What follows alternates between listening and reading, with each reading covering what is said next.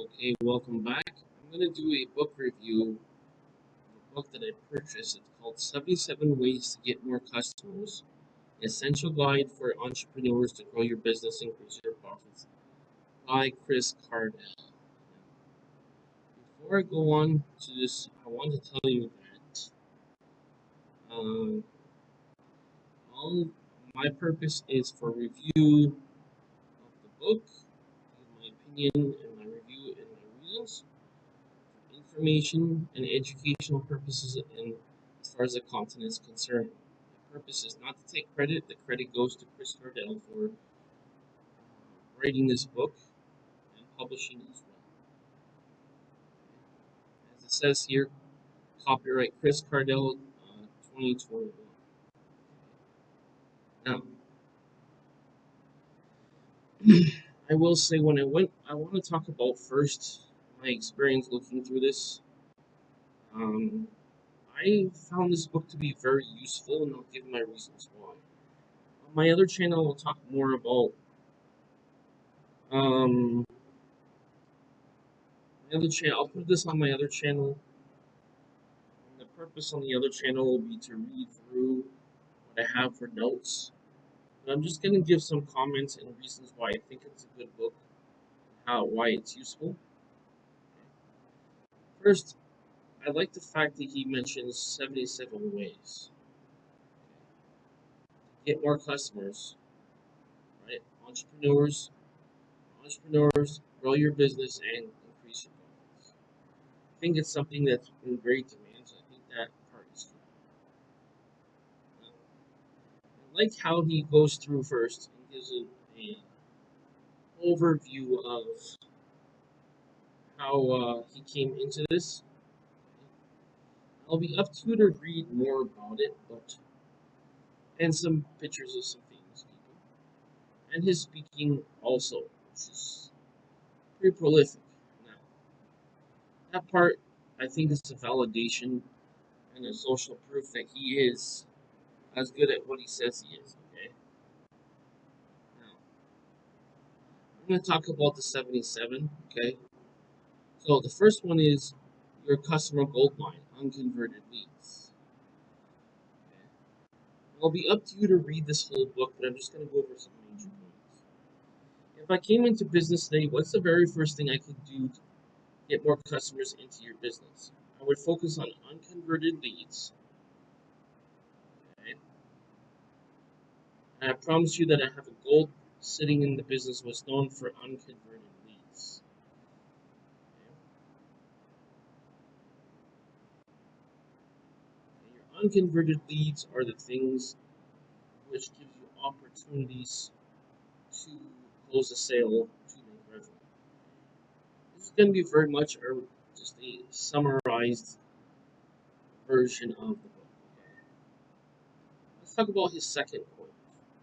Make sure that your website is not destroying your business. He says that if you're frustrated at your website, it's not going to get the sales and customers you deserve. If you get traffic to your website, but your traffic doesn't convert to buyers, trust me, you are not alone. I like the fact that he started out saying the cause, and then but then it says, "You are not alone." That's sort of encouraging. Uh, it's interesting how he says they hate their websites because their websites don't make them enough money. And then he says one thing: build it and they will come. In other words, the web developers tell you if you just build a site that looks good with great design, the customers will follow. Nice idea. One problem is that you've discovered it doesn't work. Yes, you need attention. Money follows attention. As Grant Cardone would say, very famous, skilled, and brilliant man in marketing and sales, he says, money follows attention. If your website's not getting attention, how can you make money? He goes on to say, I can show you hundreds of really good working websites that went out of business because they didn't do the number one thing successful must do. They didn't convert the visitor to a buyer. Okay. Very important thing. The number one thing a successful website must do. Okay, think of that website basically like a store, what they call brick and mortar or storefront. A person comes into the store, but then they don't buy. That's an unconverted lead. See what I'm saying? Now, web designers have an agenda to sell their service, and their service isn't bad.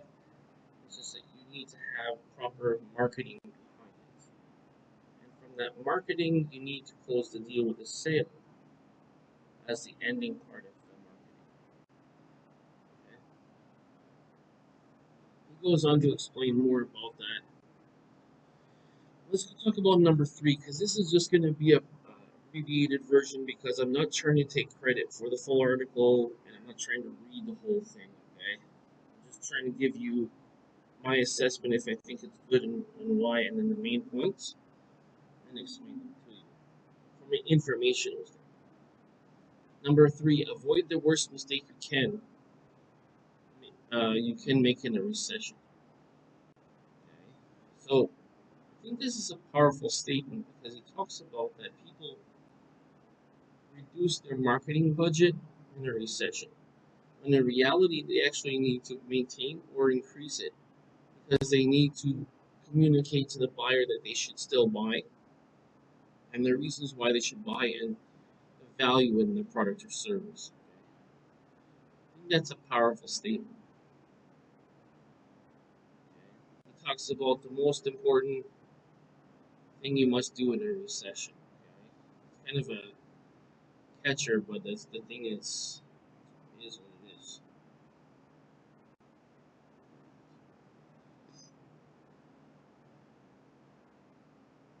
I like how he talks from his point of view, very relatable. He talks about business to consumer, B2C or B2B, business to business. So he talks about what you should do. Um, this is what it is. You must not stop your marketing. Okay? This stuff sounds very simple until you need to implement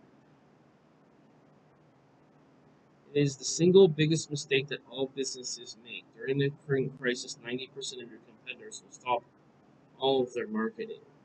Okay? This is a big mistake.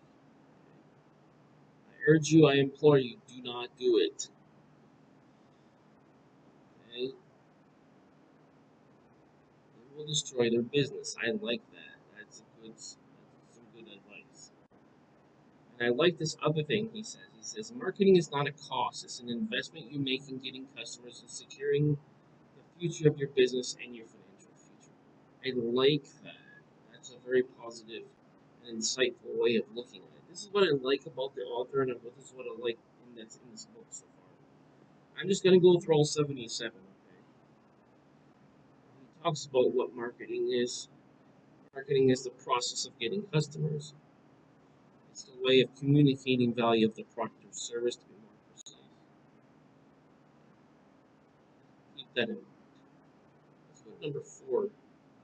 The website must pass an 8-second test. Here's the most important facts you should consider about online marketing. Okay, straight to the point. 50% of website visitors leave the website within 8 seconds. You notice how he has underlined. This is a this is a vital statistic in terms of getting customers. The fact is, you should drive. The fact that fact should drive your entire approach to your website and online marketing. And he says because of the nature of surfing the web, going from one site to another, it should come as no surprise that on average, 50% of people are gone from websites within 8 seconds. It's very possible, unless you're going somewhere to learn something. I mean, that's another story. That means that your website must do something to get your visitors to stop and stay on your website rather than surfing the web. Another important point. It's very direct, basic, to the point, but also powerful points. This is what I like about it. Number five is online video. Now, I will have another video about a similar book I have. There's other ways of making money too. I'll talk about that another time. It's similar to this, but just it's more. The other book is more general, but this is the 77 things. Now, one of the best ways to make sure your website passes the 8-second test is getting your website visitors to stop and stay on your site using online video. How do you do that? You get online video. Video keeps people on the website. If it's just text, they might see it for like a few seconds and say yes or no and think about it for a moment and then just leave. And the easiest way to remember this is just think about yourself as a person who surfs the web. What do you do? Are you going to spend more than a certain amount of time on a website deciding if you want to stay on the website? Probably not. All you got to do is consider yourself as the person. As the old saying goes, as this old expression I heard 2 decades ago, is think of yourself as the customer. If you're the customer, do you want to spend how much time do you want to spend looking at her website if you want to continue to be there? So, also another thing I think is important and valuable that he says, online video is crucial in this downturn. Firstly, it's close to being free, and you need a decent phone. You just need a decent phone, ideally a lapel, which basically just something grabs upon your something that grabs or clutches on the microphone. Okay, now if you want better sound quality, you can use like a professional microphone. Okay, it talks about those things. You need to make online video. There's other tools for making websites, but you need to actually create the content. There are other ways for people who will create the content for you if you pay them. But the point still remains that you need to have online video on your website. Let's go to number 6. You must have a mobile first website in business. Similar to point 5. Mobile website traffic is now ranging from 60 to 70%, meaning 60 to 70% of your web traffic is likely to be coming from media on a mobile device. Remember, this was published in 2021. That means it's even more, and remember something, he published this during the coronavirus pandemic, so it's probably even more so. Mobile first means the entire marketing should be built around serving people on mobile. Your format should be probably design your current website understandably imagining people looking on a computer. That's certainly not what I did recently. Not what he's talking about. You need to imagine them watching this video on a phone. Mobile first not just the same as mobile friendly. A mobile friendly site just looks like a site that technically functions okay on a phone. Mobile first involves think about the behavior of the customer and the environment they're in. He's very precise about things. This is what I like about this. For example, someone at home or in the office on a desktop computer has time and space to carefully look at your website and read its pages. But the person looking at your website on a phone or in a cafe or on a train or at home watching TV will make a decision about your sites and moments and is very easily distracted. You gotta get their attention right away and keep it. Our mobile first website was aiming to capture attention fast, possibly with online video or some other strategies we're going to cover. Right? Online video, this is the theme. Then he goes on to say that mobile first applies to all of your marketing. For example, when you email your customers, you need to remember that most will be opening those emails on a phone. And if we send them to a web page from the email, we need to think about both the action we want to take the customer to take and context of the physical environment that they're in when they're making that decision. That's very practical, very powerful.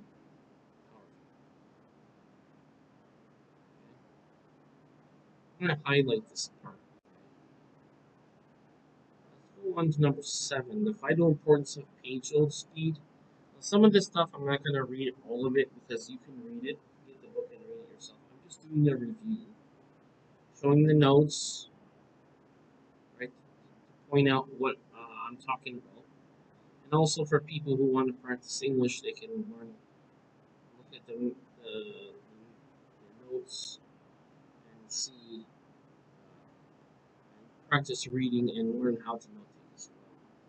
But anyway, Google estimates that for every second your web page takes to download, your conversion rate, the percentage of web visitors who convert your customer drops by 20%. That means if it takes 5 seconds to load, you'll have a 0% conversion.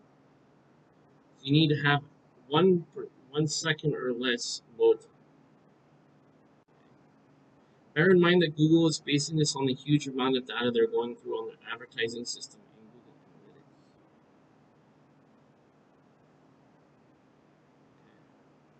Analytics. So, if you do pay-per-click advertising on Google, one of the key components of the success is a quality score, which is a score of 1 to 10 that Google gives all the keywords.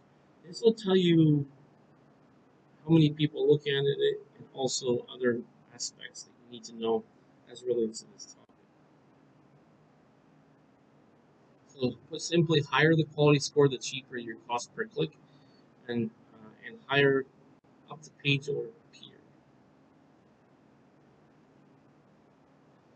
Let's move on to number 8. Put your phone number everywhere. Now, it sounds fairly straightforward, which means you want to put it on all your websites, all your social media, everywhere.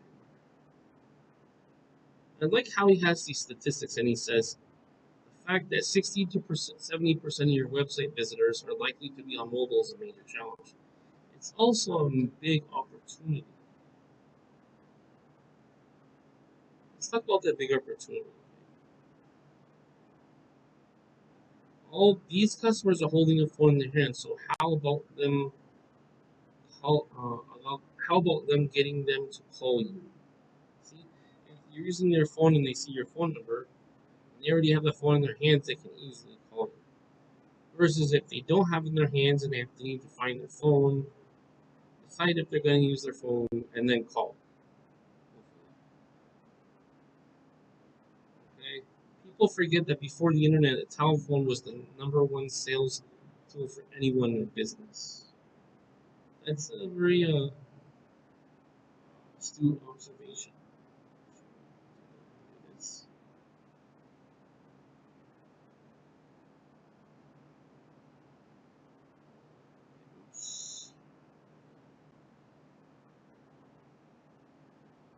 let's redo that because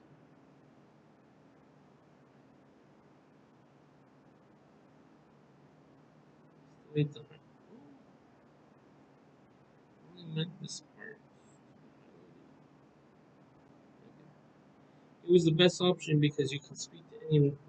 You can speak to someone, and there's a much higher chance of them buying, and they'll often spend more than someone you get a chance to speak to. So your website must have your phone number everywhere. Okay, that's a website, and I think you can loosely use the term website to be all your social media as well. I think that's an overlooked idea where people just don't consider that. They just think of this and that. But if you can do something that sticks out, that's better. That's why, of course, business people have dedicated business phone numbers. The thing is to send more emails. If you want more customers and sales, send more emails. Very straightforward, powerful. That's what I like about this book. Although you and I may not have met yet, I can predict with certainty that you're not sending enough emails. How do I know this? Because hardly anyone is sending enough emails. Here's a key fact to you. The average open rate is 20%. That means to reach 100% of your customers, you need on average to send 5 emails. So basically, you need to send 5 emails just to get one person to open email. And then among the 5 people that open it, there's a certain percentage that will buy it. So it shows you how many you really need. So let's say only 10%, or let's say to be generous, we say 20% of people buy that see it. All right, so we need five for one to see. Then we need 10 more. Oh, sorry, excuse me. So we need 5 for one to see. But we need okay, sorry. To get, because only 10% of the one, you need to have um 10 times the swatch, I believe.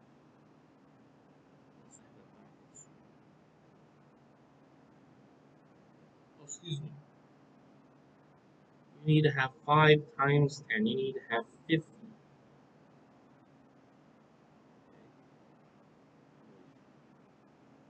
50 to get one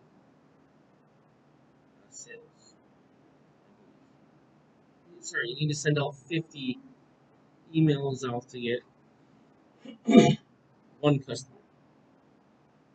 If your purpose is to get like 1,000 customers, you need to send out 50,000 emails at that percentage. You may have a little bit more or a little bit less, but these are the numbers that he's quoting. If you're only sending out one email per each month, it's going to take you 5 months to, yeah. So it's going to take you 5 emails to reach one.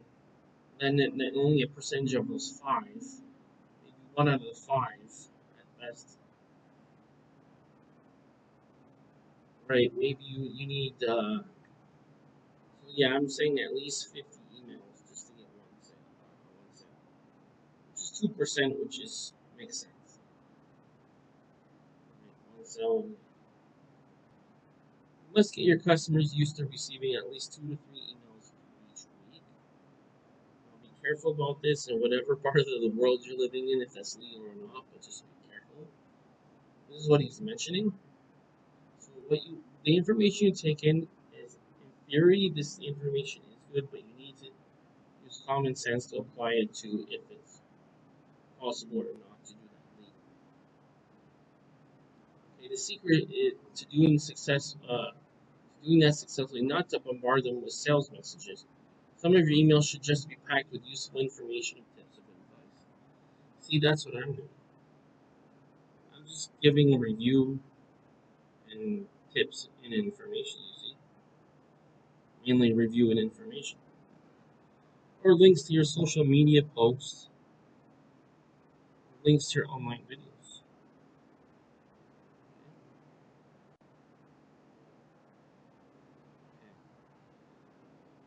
Now,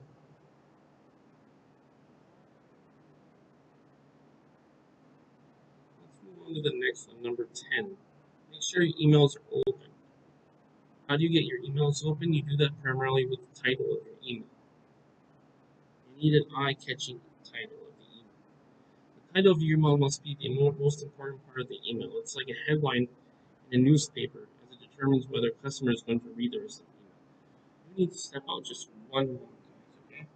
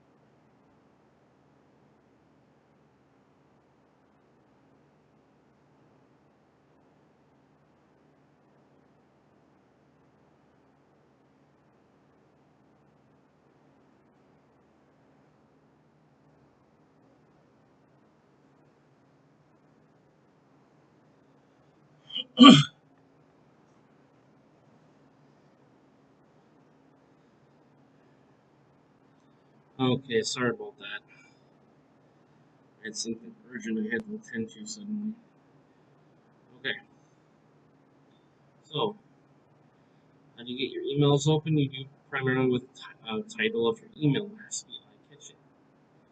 Title of your email is the most important part of the email.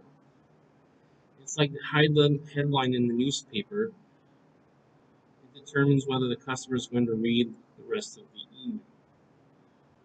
Okay?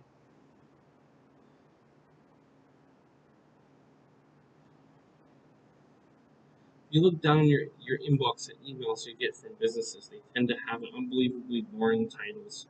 And that's why so many business emails aren't open. A 10% price saving is not an exciting email title. Email title has to be exciting. On to his point number 11. Build a large email list. People often ask me how I went from zero to building a multi-million pound slash dollar global business. There are several factors of but there's one thing I'm sure of. I couldn't have done this without building a large email list.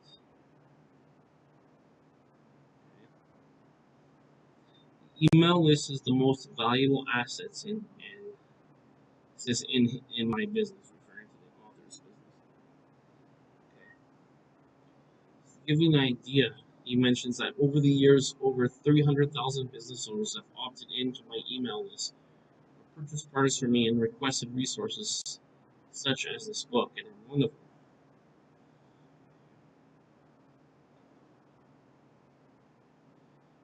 It is vital that you can do but it is vital that you do everything you can to build an email list. And he gives sources for email lists, which is valuable. Some sources of your email list.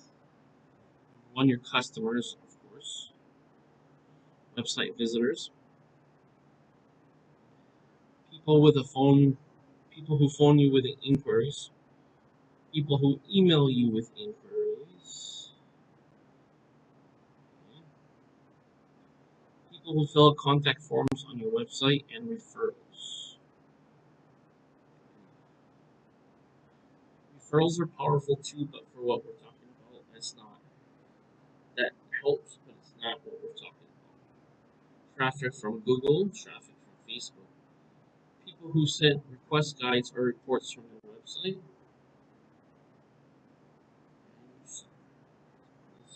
and then also social media. I'm just highlighting the best ones. If you don't already have one, you need an autoresponder to your website, which is a technology that lets you capture people's contact details. I like the fact that it gives specific tools you can use. And he says, I'm only talking about permission-based email learning for marketing from people who have specifically opted in with keywords as permission-based. You don't spam out a million people. You don't send out emails to people who haven't solicited your attention. Okay? And he says, I'm not referring to renting email lists or scraping the internet for email addresses, which is completely ineffective. At best, and depending on where you are located, legally questionable at worst. Building an email list with people who you want to engage with you, and you will have a source of income and profits for years to come. This is one of his big pointers. This one is email list. The other one is give. Here's an alternative take on business you might change your entrepreneurial life. Most business owners wait until the customers give them money before adding any value to customers' lives. I say, why wait? If you want to not just survive a recession but come out of it thriving, you're only going to do that by creating extraordinary relationships with your customers. Okay? Creating extraordinary relationships with your customers. First step with an extraordinary relationship is your customers knowing that you truly care. purpose of what you're doing is to benefit them and to help them. Okay? Remember that the first step in marketing is communicating value to the customer. It's always that part first. Okay? For example, he gives free access to his book during the recession. There's sort of some freebies because you need contacts, you need people on the list. That's the important thing. Okay? Right. And he says their main driver is impacting people's lives. What is the benefit for the customer? Number 13, guarantees. If you want more customers, guarantee what you sell. You should have strong, compelling guarantees throughout all of your marketing and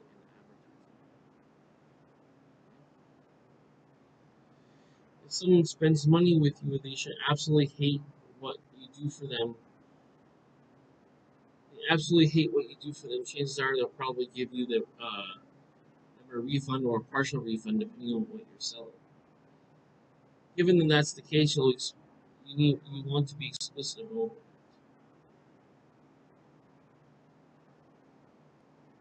Okay? And he says, and the author goes on to say, which is something good. He says, I can make such powerful guarantee because I know how effective what I have is for my customers. He says, assuming that you are in the same position, you can do the same. But I like the first part of what he says. I can make a powerful guarantee because I know how effective what I have is for my customers. He says it's very simple. The more powerful the guarantee, the higher the sales. That's a very interesting statement, but that's good. Number 14, don't stop communicating to your customers during recession, even if they can't. It goes with an earlier point. Do you care about your customers? If you do, why would you stop communicating to them just because you can't give them money right now? You need to be in communications. You need to keep them on your list and have them think in the future for buying if they can't buy right now. The idea is you don't want them to think it's purely transactional. You want them to think that this is a value added and value driven exchange. You understand what I'm saying? Not just a like a mechanical transaction. Okay? I like how he says they'll treat those business owners according to the when the time comes.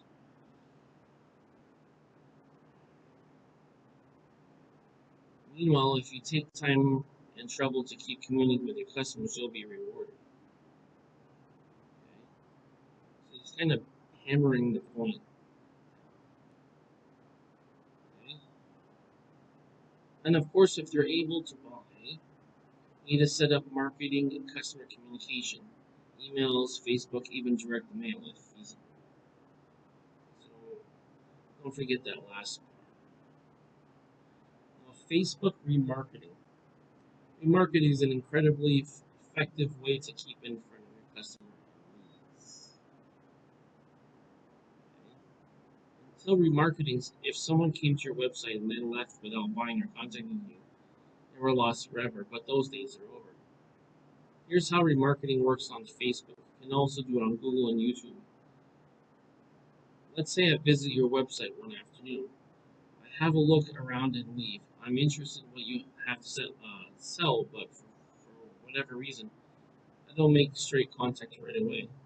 Your page is a piece of code that is on it from Facebook. Has a piece of code that's on it from Facebook. This means Facebook knows I've been on your website. So when I go to Facebook that evening, what's the first thing that appears on my newsfeed? A post about you and your business. Okay.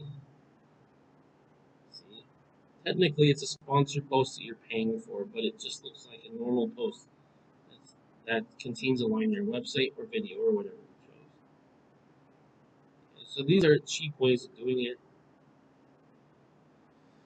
What you can do is you can set up Facebook. To do this, you need to set up Facebook advertising accounts. You can advertise on Facebook. They have various things like Facebook Marketplace, different things. Okay. Let's go on to number 16, Google remarketing. Now with Google remarketing, you use, okay, you can also do this with remarketing with banner ads through Google's display. Have you ever been looking at a website and seen banner ads for a business that you're a customer of? That's remarketing. It's the same principle as Facebook. Google partners with millions of websites for its banner ads of display network. So I come to your website, the Google code is on the website, I leave your website later, I go to the website such as a news site or sports site, I see a banner ad for your business. Now some people find this quite annoying, but it does to a certain extent.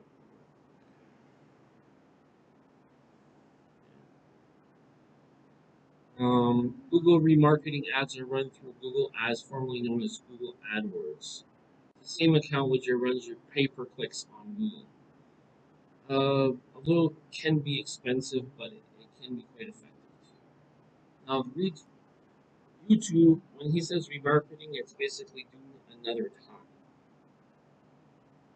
Remarketing on YouTube is one of my favorite strategies. So if I visit your website, then tomorrow go on to YouTube and search for something else of interest. Before the video starts, a video about you and your business plays. Okay. See? So basically, it's free advertising on YouTube. On the bottom right of your video, it says skip ad. If you don't want to watch your video, click the skip ad button if you don't want to pay it. We found on average that 25 to 35% of people chose to keep watching. So this is somewhat effective. I like the fact that he gives these statistics and practical advice. On your video, you can direct them to your website or any message you choose. Yes, because at the bottom of the website you have links. You can also say that as well, and you can put it in the front of the video as well. So YouTube is probably one of the better ways to advertise.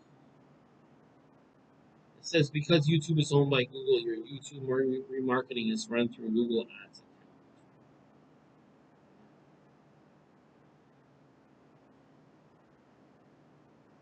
Okay. Now those things with the Google things um, it says it's complex, pay-per-click advertising, complicated, should be managed by someone who know what they are doing. There's something called SEO, search engine optimization, other algorithms.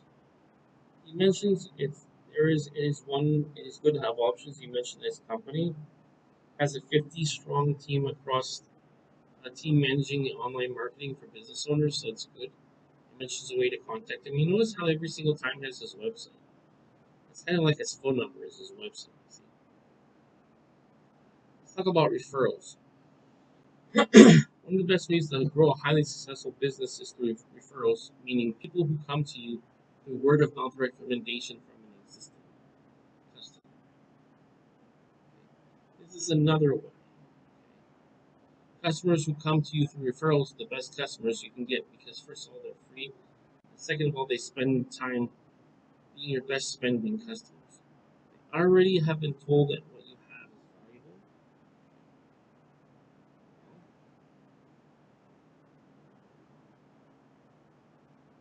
And I like where he says you need to ask for referrals. If you have somebody who you're already doing business with, you just ask them for referrals. If you're getting referrals at the moment, without asking for them, they wouldn't happen unless you proactively ask for them. It's the old saying, you have not because you ask not. If you already have someone who's doing business with you, just ask. You know someone who could benefit by the service that I currently provide to you. And they will either tell you yes or no. And then if they tell you yes, they'll refer you. do is, and it's only, I believe, I've read another book that also is big on referrals. It says that what you do is you reward the customer with some sort of gift or discount or something as a way of saying thank you. That way they'll remember you, and all that way they'll be motivated to give you more referrals. Right here, like for example, he says you need to have a system in place for getting referrals. The absolute first thing you want to do is have a referral culture in your business. Referral culture involves your customers understanding referrals are a core part of how you grow. So if they're happy with the service and they want other people to be able to benefit from it, that's what they will do. And I like how he gives this practical suggestion. He says, so if so have a conversation with your customers. When they first build a customer of yours, you can say, I build my business primarily around word of mouth recommendation with individuals like yourself. If I do a great job for you, would you be willing to recommend me to friends, family, and colleagues? Okay. I like how he gives you the exact thing to say. That's good. And the author says, who's going to say no to that? So as he says, it's a small point. But small things add up to be big things. This is that's an increase of referrals from 200 to 400%. Scale that across the year, and it can transform a business. It's basically like saying you're doubling your customers because each customer you have refers somebody. So you're starting, for example, your one makes it two. Both of your customers both. So the first one refers you one, right? The next one will refer you one. So either you're doubling it or you're adding an extra one over time.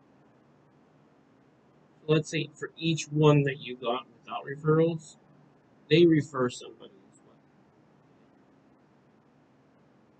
So that's basically what it is. And that one person can refer multiple people by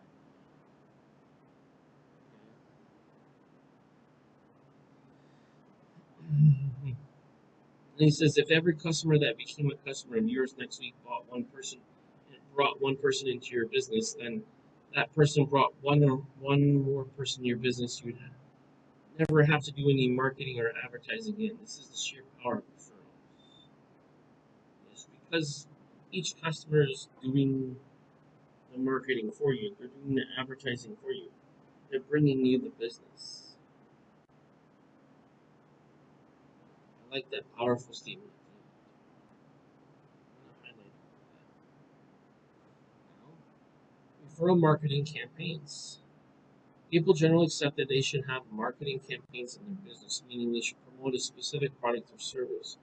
And you should have a marketing campaign that consists of things you do through emails, website, online videos, etc.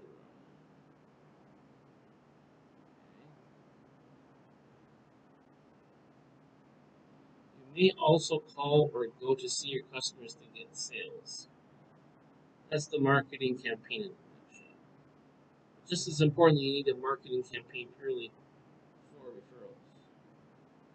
Send your existing customers to a page on your website asking for referrals. Perhaps offer rewards, bonuses, or vouchers if you give them a referral. Why wouldn't you send emails to your customers 2 or 3 times a year for asking this? You can send a letter to your best 100 best customers for somewhere between 50 to 100 pounds or dollars. Right? So basically, depending on the price of your product, let's say your product is $1,000, and you give them 100 for the referral. You know what I mean? Like you give them basically 10%. I mean, just for referring you. And so for every dollar that you give them, that's an incentive to bring more. Okay. That's the idea.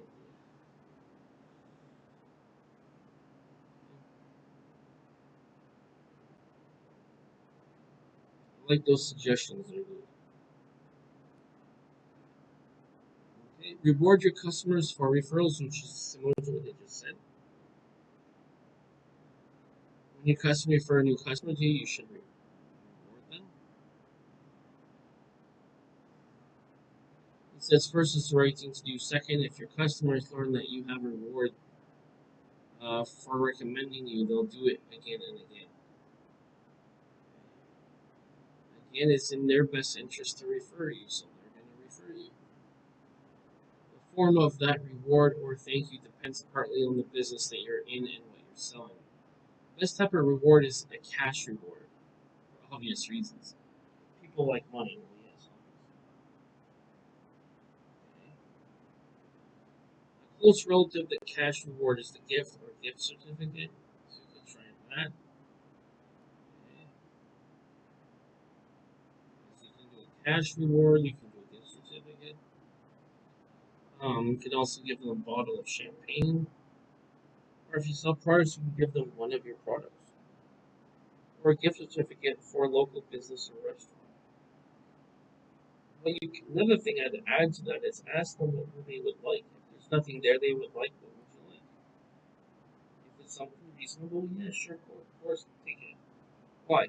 Because even for that costs, the opportunity cost, what you're gaining is more than the opportunity cost. You understand? So,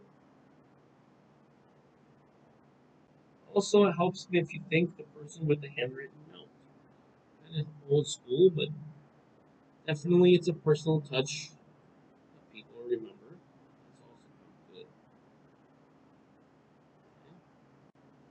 Now, if you want to get real powerful about it, you combine those things together. You combine the $100 with like a card, like a handwritten note card or something together. Okay. Let's talk about supplier referrals. A lot of these have the same idea, it's just supplier instead of something else. Don't just get referrals from customers, get them from your suppliers too. The idea is you get it from wherever you can get it from. So if your suppliers have referrals, get them from your referrals. Establish a good relationship with your suppliers if you haven't already. Ask the question and get the contact details of the untapped potential customers. If your suppliers are smart, they will realize that it's in their best interest to help your business grow, and they could become an ongoing source of referrals for you. Why? Because if you're doing better, you're going to buy more from them. Understand? The more referrals you give to them, the more you make, the more you're going to buy from your supplier. So it's in their best interest.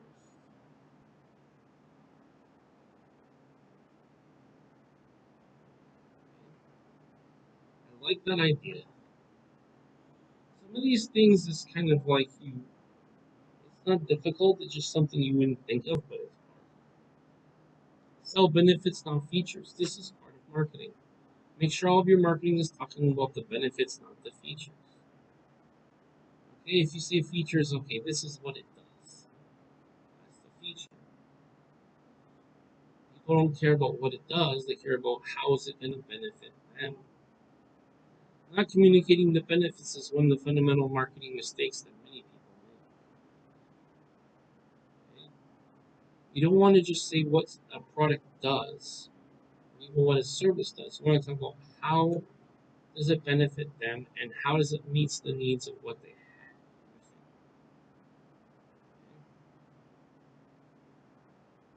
Also, another thing is, the benefit can also be the experience itself or the desired outcome.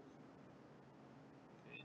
For example, they need a hammer to hammer a nail into the wall.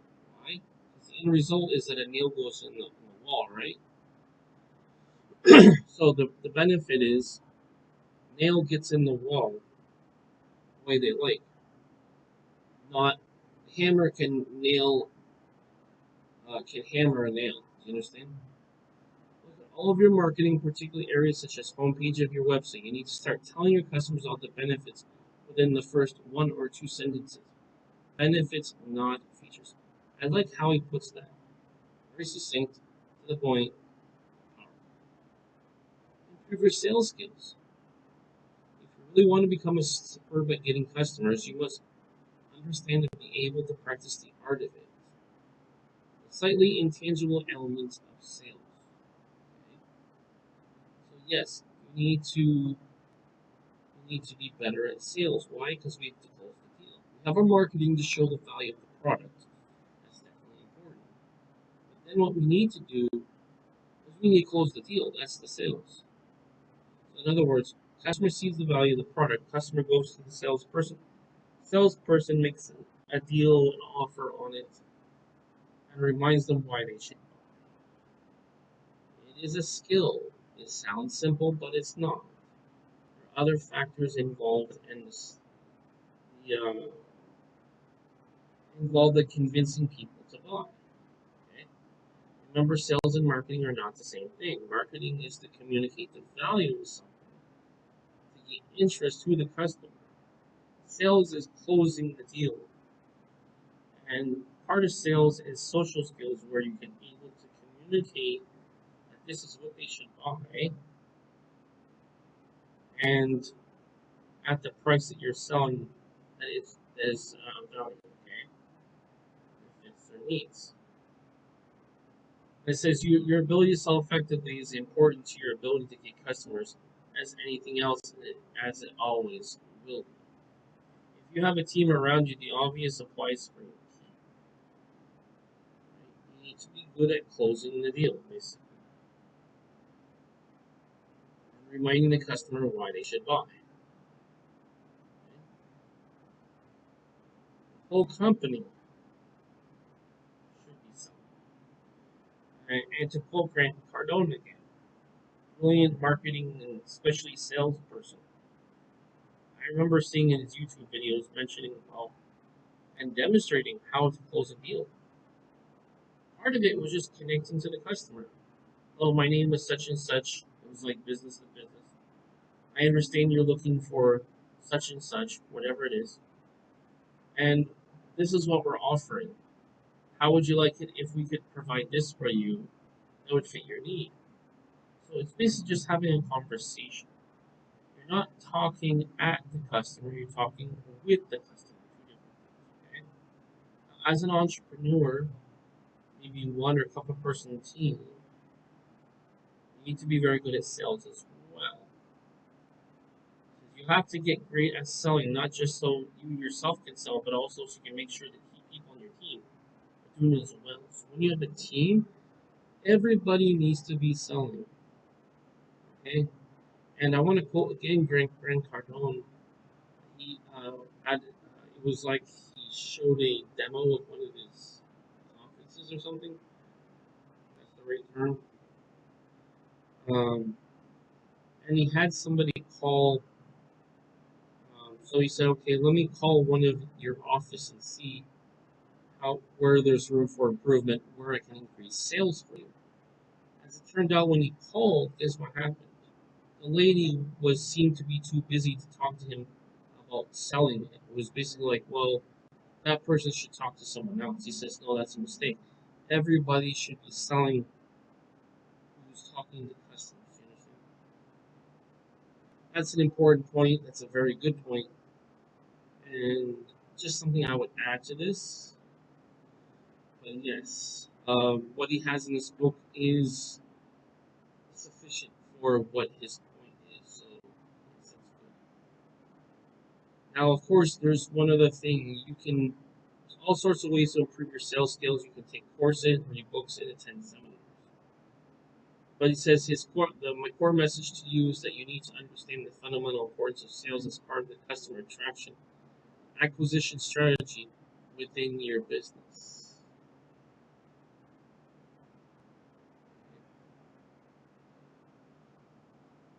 So keep that in mind.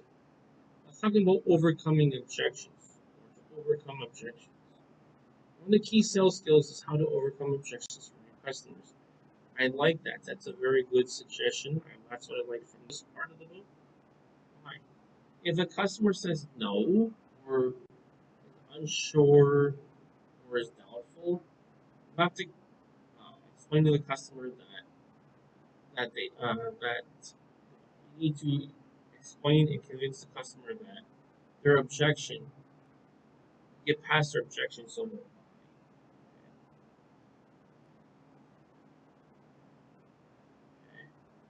Basically, if they're contacting you, they're making inquiries, it means there's already interest. You need to match up the needs that he has with what you have.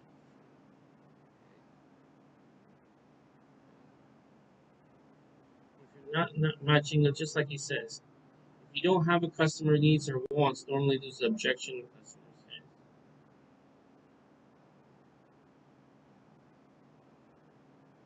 I'm sorry, right here. The thing that stops a sale happening is rarely that you don't have what a customer needs or wants.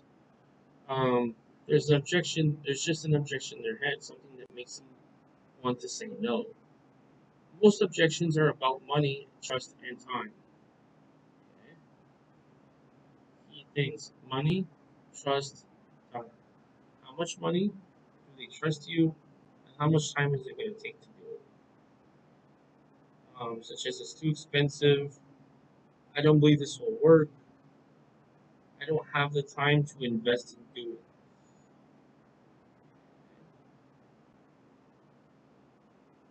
Now, he says speaks very practically. He says you're also going to have objections specific to your business.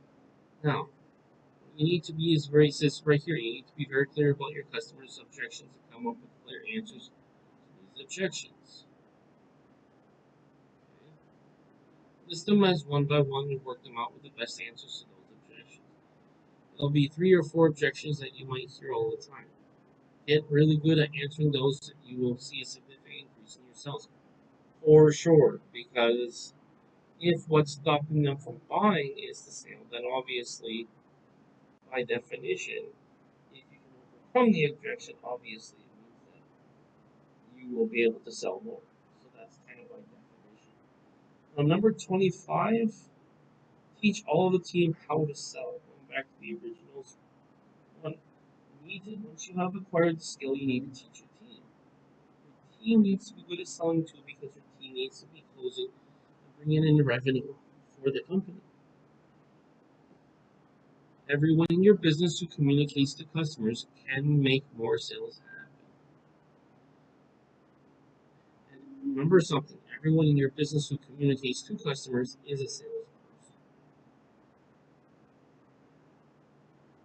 Okay?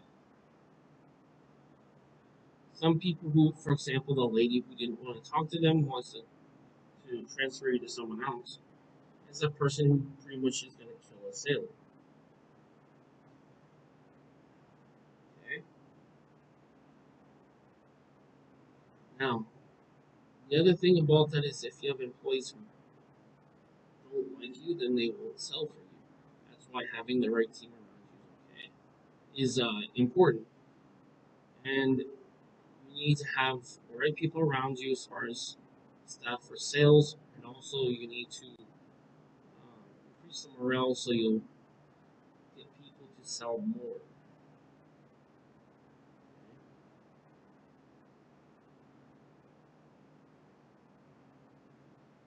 Everyone in your business who talks to customers is a salesperson. Even the receptionists. It's kind of like pounding that point home, but it's close. But that's important, and that's important to say. Uh, Even the reception who answers the phone is a salesperson involved in the sales process. She doesn't directly try to close the deal and get a deal done because, for example, if you're contacting the company, that means you're interested in buying something. You need to match it up. If a person transfers to someone else, that's going to greatly reduce the conversion. Now, we also have direct mail, which is kind of an older way, but if done right, can be powerful.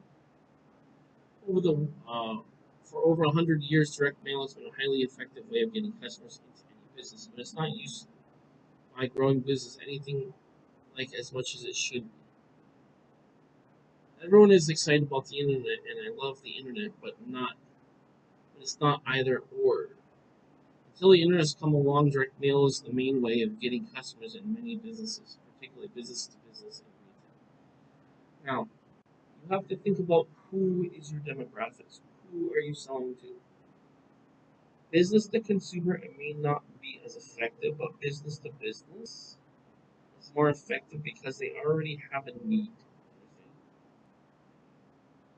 What you want to do, and furthermore, what you want to do is you want to combine the methods together where you use the internet to promote the mail, or using mail, have them convert to promote on the internet. Combine those two together in their synergy to create a sale.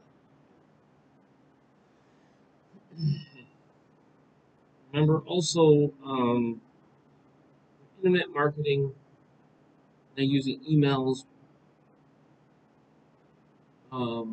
Says you spend hundreds of emails each year, spend millions on Google and Facebook, test hundreds of online videos, and at any one time are testing several hundred different landing pages. Now, let me explain what a landing page is. A landing page is an initial page they see before buying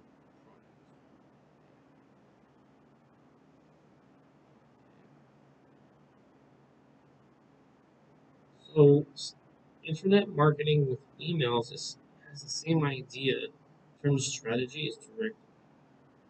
Now, one thing to understand is that you should include the two because one will point to the other.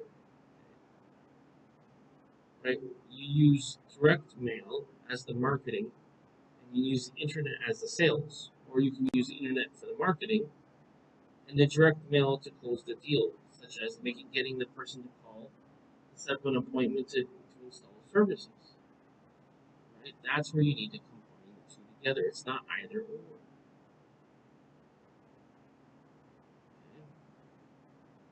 The beauty of direct mail is that it's so personal. How even can you get them in front of them without having direct conversation?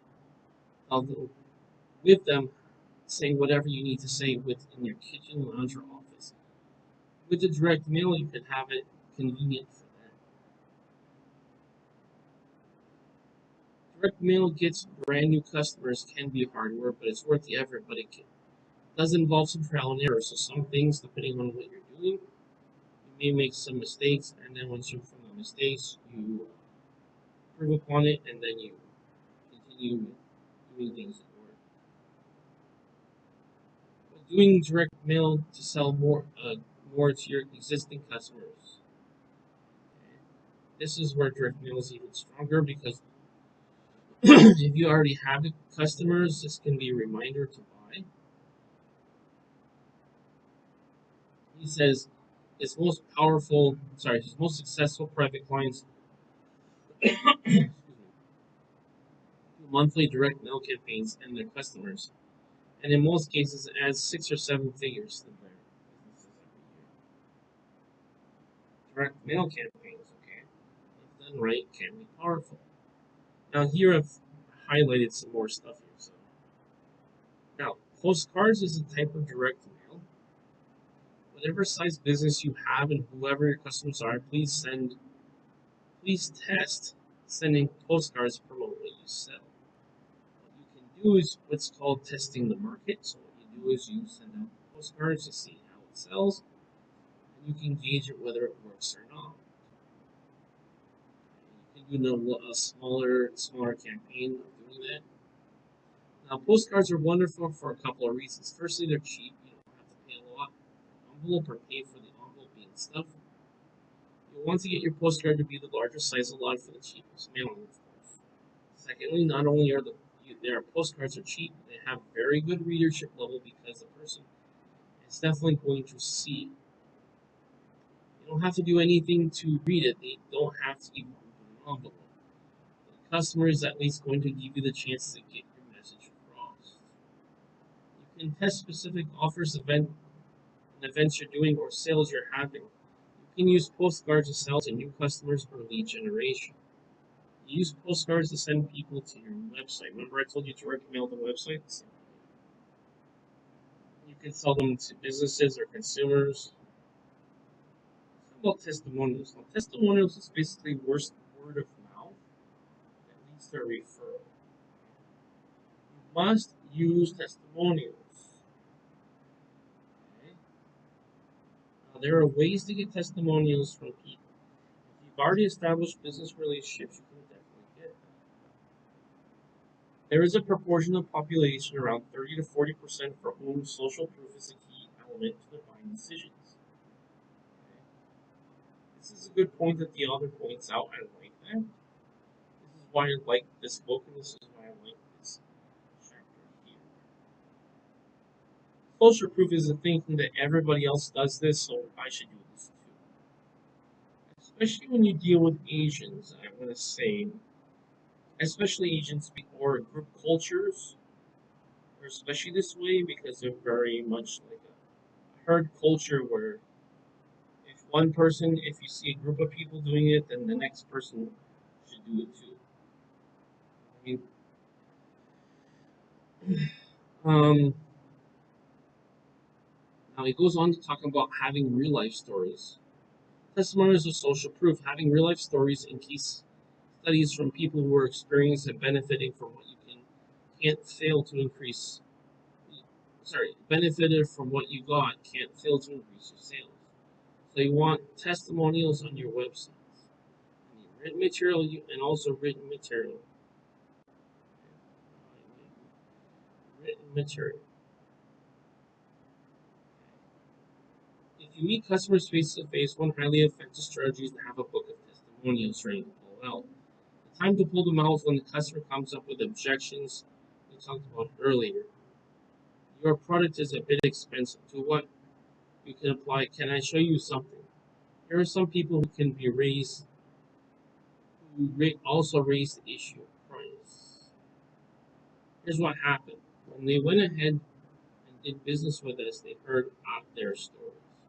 So it's kind of like you have the objection, like, okay, I think the price is too much. But when they have the social proof and saying, okay, this other person bought it, and this is why they bought it, okay, then they change their mind. See, the thing is, the root reason why they're objecting to the price isn't because of the price, it's the value or the perceived value behind the price. If it's not sufficient, they won't buy and they'll think, well, compared to the value, it's not enough. You understand what I'm saying? That's like anything else, though. If you compare different types of cars, products, services, there are levels, and there's different values for products or services. That's the idea. Okay?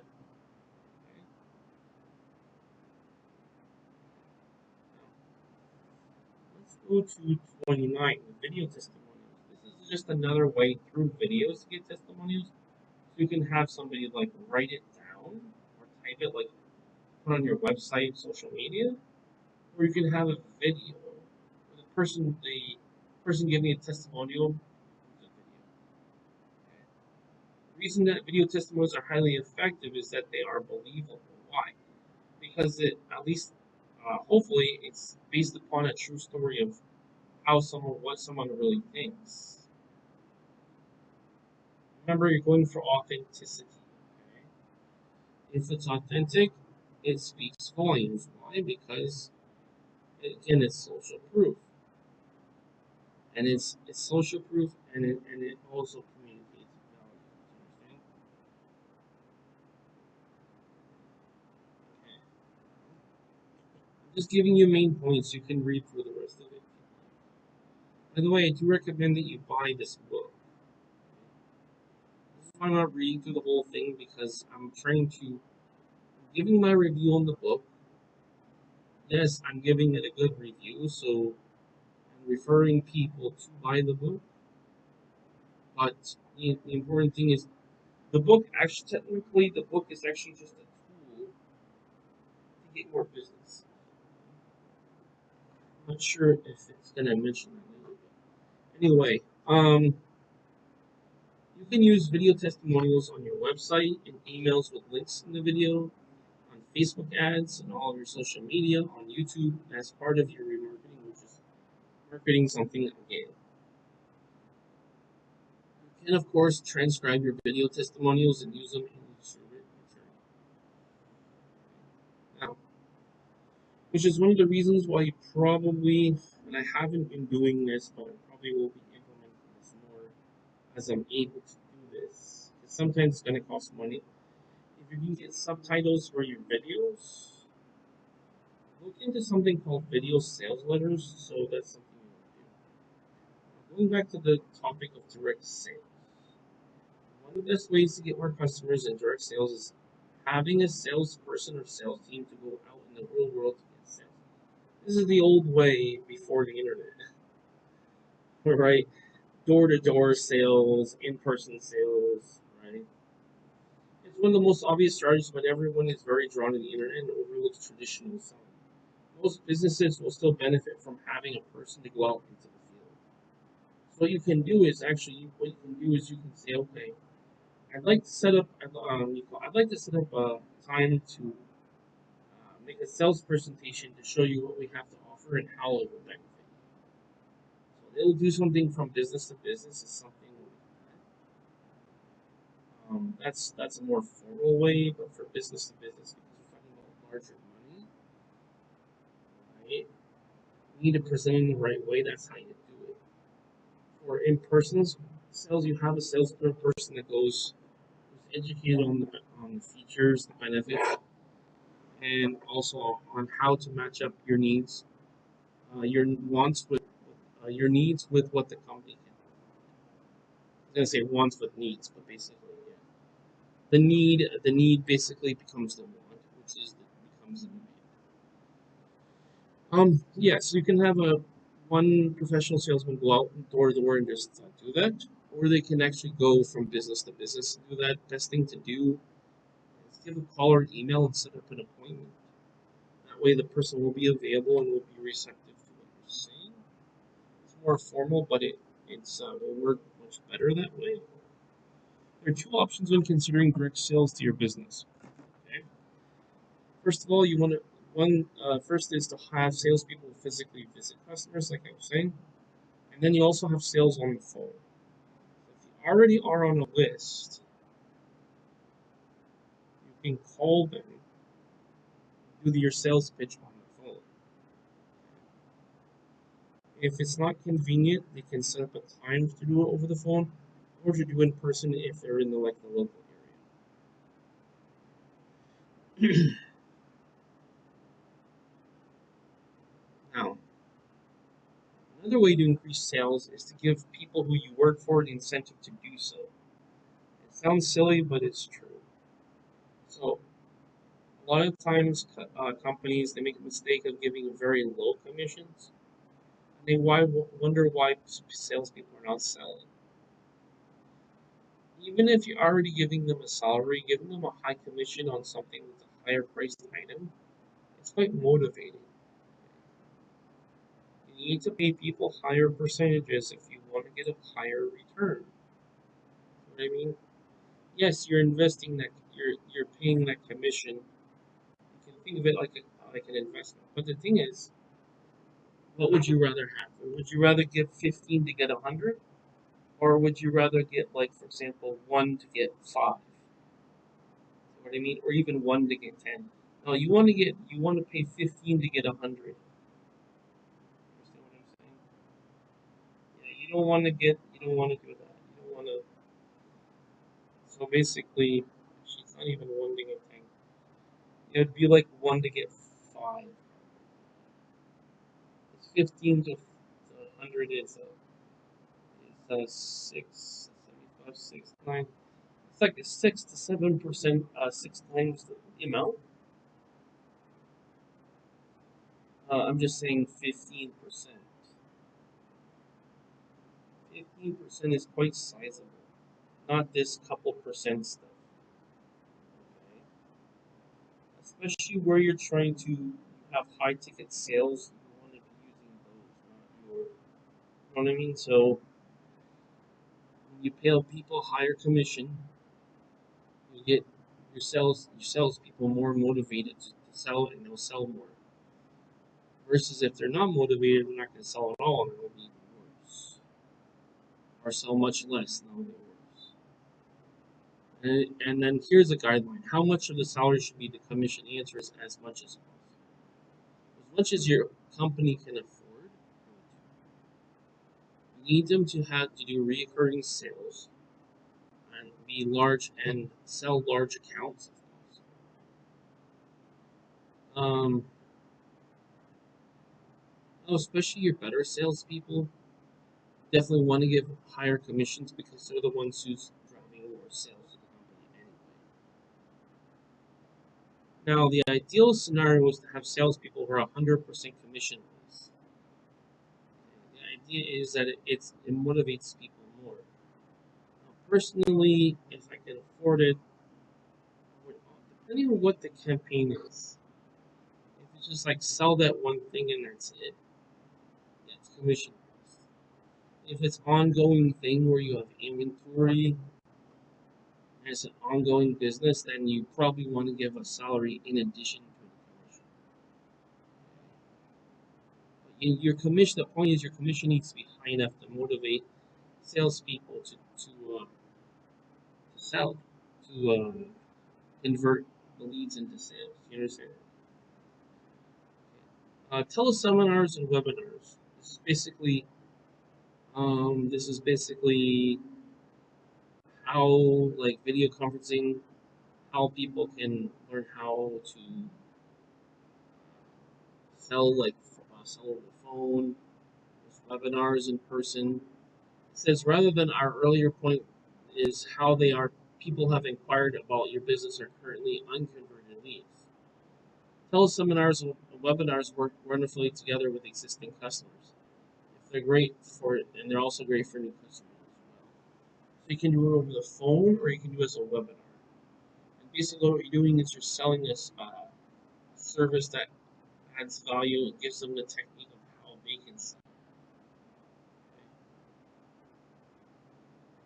It could be any number of things how they can sell.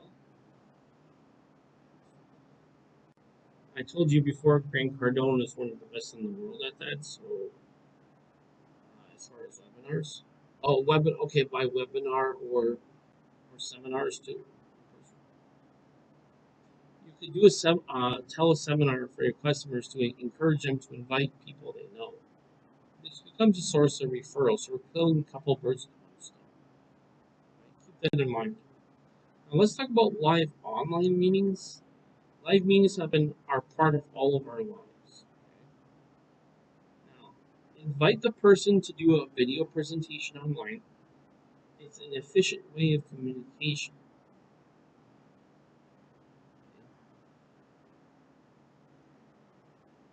If you can get the person seeing the person face to face and they can hear you face to face, whether it's in person ideally, but over the internet that's also effective too.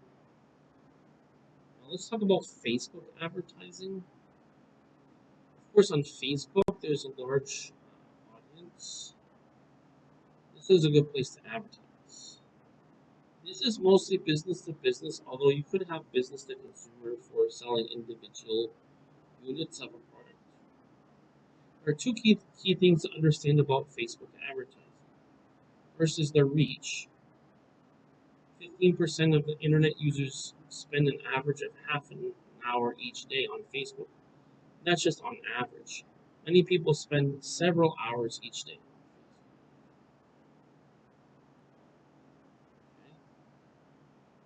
Now, for whatever reason, maybe they just have it open, not doing anything, but technically they're online. They could be any for various reasons. The second key factor is Facebook has the ability to learn you best uh, how you how to find you the best customers for the lowest cost. Basically, it's like it compiles information about spending habits, and this is based upon this information. This is the best way. That's your AI or machine learning. That's your artificial intelligence and machine learning right there. If you can implement that in addition to what you have already, which is going to be a growing trend, then that will help you with sales. So instead of you can save the time of the success and failure. Instead of failing so many times, you can just go straight to the success and succeeding. Sponsored posts are normal posts that happen to pay to reach people, so it's kind of like Google Ads you can use for Facebook advertising. So you can use Facebook advertising whether you have a large business or a local one. In fact, Facebook is great for what small local businesses, as you can just run your sponsored posts to people in your area and have access to all that computing power and artificial intelligence that large businesses do now. So before they had an advantage for that, but if you're using the same technology, you can do the same thing that they do. One difference is they may be able to scale better than you, but as far as making the business you need, you have the same tools. Use the power of Facebook lookalike audience. Now, the advanced Facebook strategies that your competitors don't have a clue about. The most powerful tool on Facebook is a lookalike audience. Here's how it works. You upload your customer list into Facebook, so names, emails, and addresses, and phone number if you have them. Then Facebook goes through the information it has on all these customers without sharing the information with you. Okay. It figures out the ages, locations, demographics, likes, and behaviors of all your best customers. It then goes out to a massive number of users and looks for people who look like your customers, such as a lookalike audience.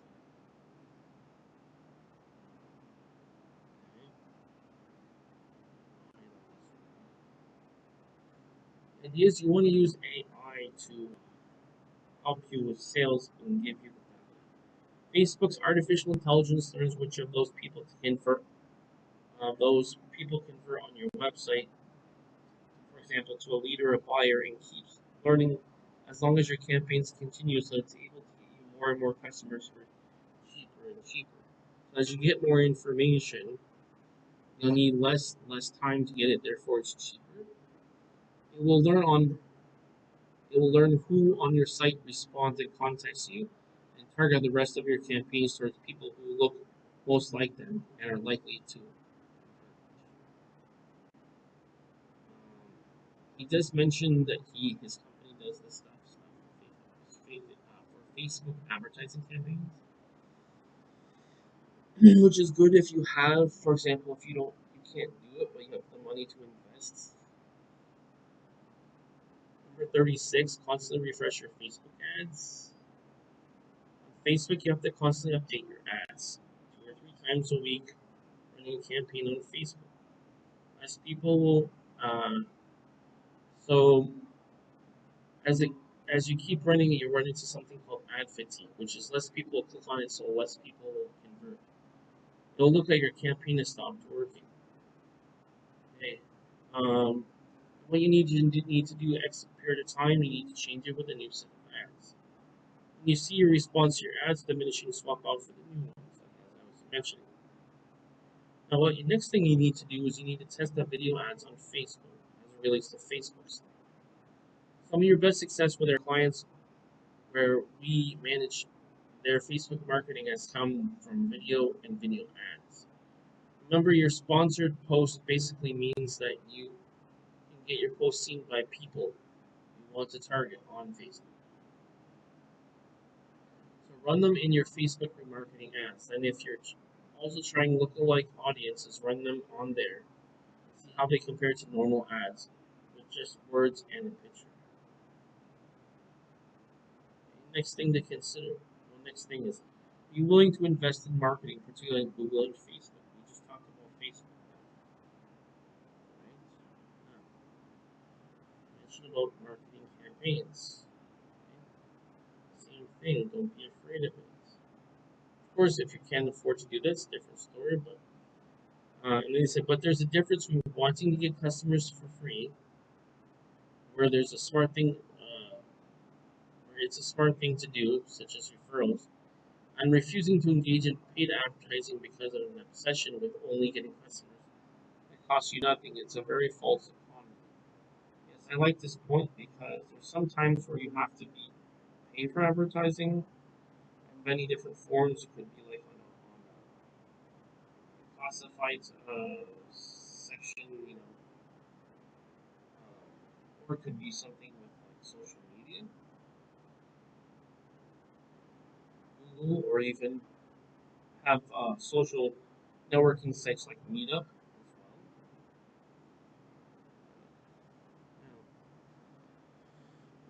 leverage those also to get the extra audience.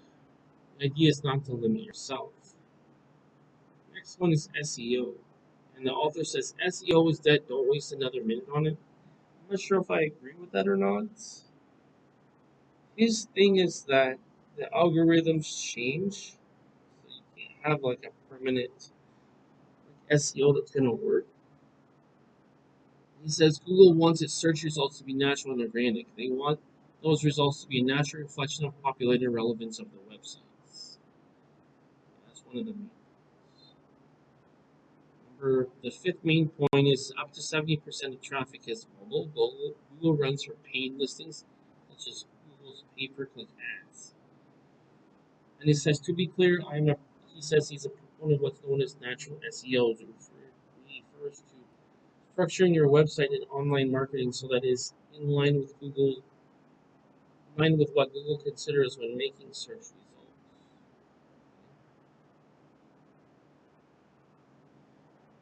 Now, he goes into pay-per-click advertising. This is good if you have a budget for it. So the information is still good, even if right now you can't afford to do it. What I found valuable about it is that the information is there, and then you can track the price per click and all, and conversion rates, etc. Pay-per-click advertising only way of reaching people who are actively looking for what you're selling. This applies to business to consumer and business to business selling. It applies to both products and services. Now, the author suggests that obsess about increasing your click-through rate on Google. It's a little bit of an exaggeration, but you see. Every 100 people are served a page with your ad, maybe 2 or 3 or 4% will click on the ad. It's not very good. That just shows how much advertising you have to do. The more we get to click, the more people come to your website, and therefore the more customers you get. You need to get attention to people to your website. Percentage of which click is called the click-through rate. First, you need them to click on it. Then you need to post it. How do we increase the click-through rates? Best thing is testing different ads against each other. Why you need to test out different things? Which ad works the best? It's called split testing. Fundamental part of effective marketing. Create two ads alternately served when people search for your keywords. The main idea is we want to find out which ad works better, or which one works and which one doesn't work. We also want to do a thorough keyword search. The foundation of the success on Google comes from keywords. The right keywords aren't in there, customers won't see your listings. How do you find the right keywords? Um, it says part of it's common sense. Come up with a list of obvious words or phrases that people use when discussing what you sell, what you're likely to search for on Google.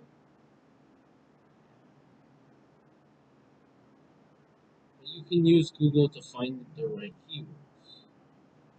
And also with AI tools like ChatGPT, they can also give you that information.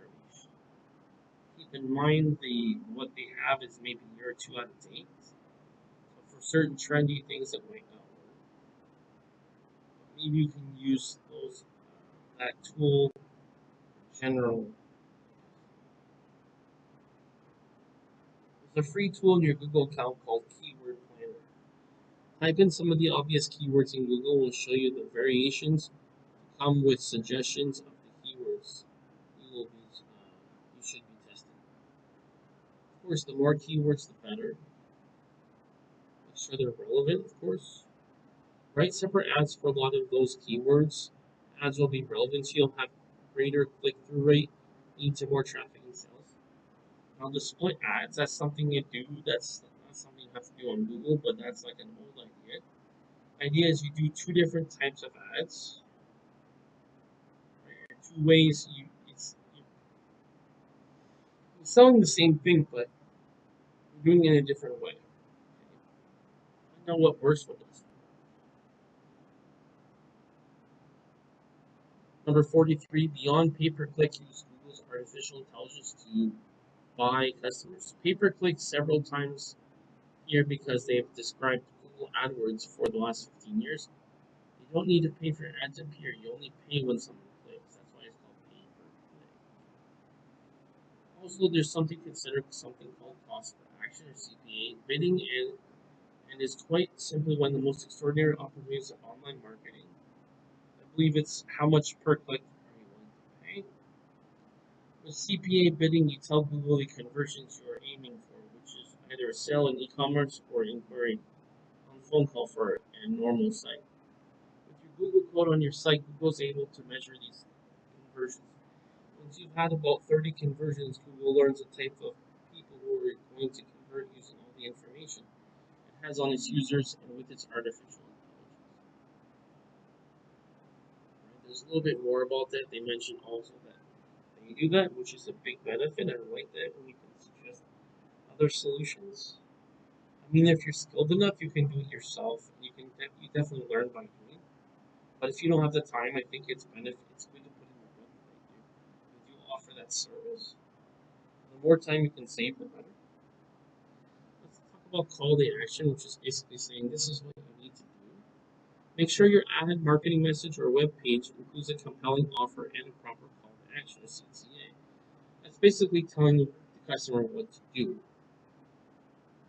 You need to tell your potential customers precisely what to do, as I said before. People are busy, they often need leading. They need and want to be told what to do. Most people are not leaders, they're followers. Now we have 5 essential strategies for e-commerce business. Now this is a separate.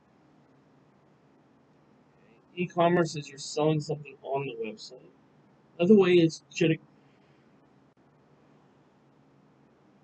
generating traffic, getting people to click on your website.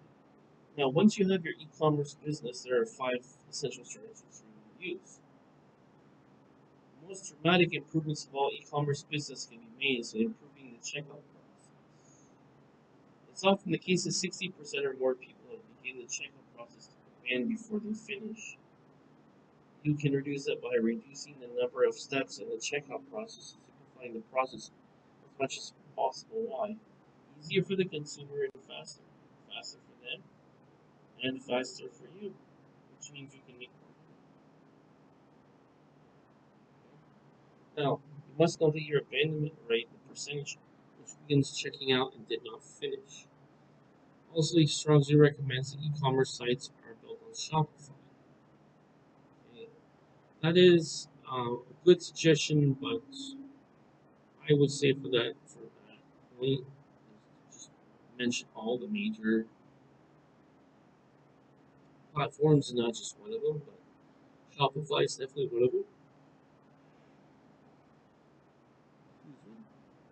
Your phone number should be everywhere on your website, just as you mentioned earlier on. Put it on each product page. It's particularly important if you want to sell higher priced products. Why? It's just like a business card. You need to have something that connects you to the customer. And if it has the phone number, especially if it's on mobile, they can call you to buy more. To understand repeat businesses where most businesses at. Also, you should set up abandonment campaigns so that the people who add to the cart but don't purchase get emails and see Facebook ads specifically about the product they were looking to buy. This is very powerful and this is very common. I'm glad you mentioned this. This is a good way to get leads. I mean, to convert leads. Next thing is the banner display advertising, like we were talking before. Not my favorite. But if something works, it works. So, banner display advertising increasingly interesting and for the author that is. An important source to customers for all types of businesses. It's emerging and very effective, and is underused by small and medium-sized businesses. It also presents a huge opportunity. Okay? Now, as you know before, banner ads are things that are on the websites, okay? Also known as display advertising. Two really important things to know about display advertising. One is the targeting, who's going to buy your product or service. Then you can just run your banner ads to people who visit those related businesses, and also meet the sorry, or who meet the profile of your typical customers. You have to think about who's your customer. The other thing is it needs to be really cheap. Budget for things. Okay? And then the last point he says about that is you want to open a free Google Ads account with Google. So that's what it is. Number 47 is we want to combine online and offline marketing. Similar to what I said before. This offline, this is direct marketing, direct to customer. Offline, the online marketing give value to the customer. So when they receive, so when you follow up with a direct mail marketing, that's a way to prompt them to buy and close the sale. Okay? The smart and the wealthy internet marketers increasingly combining online and offline marketing. So you know that's the right demographic for it. Also, you put ads in newspapers or send people direct mail or postcards to direct them to your website. Same thing I've been saying before. You get the online people offline. So put it online so you can reach the people. You can get the information. They get the information online. The people offline will take that information and they'll act on it. I can put them on my email list and email them, but I really want to get their physical address so I can send them stuff in the mail. Okay? That's for direct mail marketing. Use internet marketing to close a deal with the direct mail marketing. This is something called a marketing mix, or combining marketing methods, marketing strategies together to. The more you integrate these approaches, the more you can see your sales increase and the more customers you will bring into your business. Why? Because you need a follow up to remind and convince the customer to do it. Basically, to prompt them to tell them what to do. Now, you can use the telephone to increase your sales, which is the telesales. Most people have a chunk of really good customers and they're probably willing to buy from you again. You can use the telephone for that. It's called cross sales. And the customer, sorry, the author was talking about high value phone calls, not hard selling. Okay? You're showing high value, and you present the situation to the customer, and then they buy. Excuse me. Okay. Now, also, the person is just calling you either good customers or the people you haven't converted yet. Now, the important thing about phone calls you need to use to serve, not to sell. Serve and not to sell. The big objection most businesses have when I talk about this is I don't want to pressure and pester my customers. No, you don't. You're a customer of various businesses, both an individual and your own business. How many of them call you up a week after you spend money with them, just so to check and see how they're doing with what they've purchased? This is called a follow up or a follow through. This is something I mentioned a few years ago to one of my students who has a trade business. I said, okay, if you want to get repeat business, you need to follow through with the customers. How's everything going? Do you need any help with anything? Let me know. Just want to let you know. Then you put the sales thing at the end. Just want to let you know that whenever you're ready, I can take care of the next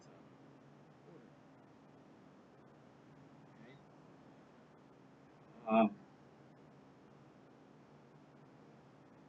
You're not being pushy. You're just doing what you're. When turning to a conversation, you don't push stuff on you. They just ask about what you're doing and what your needs and interests are. there's a reasonable chance they might buy from you in that phone call. It just depends on how you present things. If you present it in terms of a conversation, in a way that communicates that they have needs and that you want to help them fulfill fill that need, then that's the way to go. And then the author goes on to say, is use the telephone as part of the overall strategy of adding strong value to customers and potential customers. Telesales is difficult. Telemarketing is difficult. Not easy. But that's basically what you need to do and how you need to do it. Now, add bonuses is basically like a reward for a referral. A great way to increase sales and attract more customers to add bonuses to the offer. Oh, to the offer itself, sorry. So let's say I want to buy, like, for example, a computer. But it's much more appealing if I get more for the sale, right? See, if you're a customer, wouldn't you want more? So if you had a choice between getting more or getting less, would you prefer getting more, right? So what you can do is get that extra little item, like for example, you buy a laptop, it comes with a mouse, or it comes with like a mouse pad, it comes with like a keyboard, or it even comes with a laptop bag. Having that greatly increases the sale because customers will see it as a great value that can be used with the computer. For example, in this case, computer. Also, in some businesses, 90 to 95% of the people who are inquired never buy. So how can we get the figure higher if we can get those conversions higher without spending the money?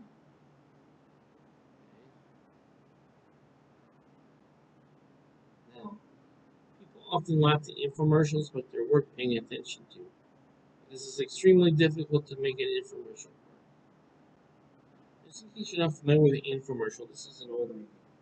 The idea is the presentation that's shown to be informational and value driven and customer driven.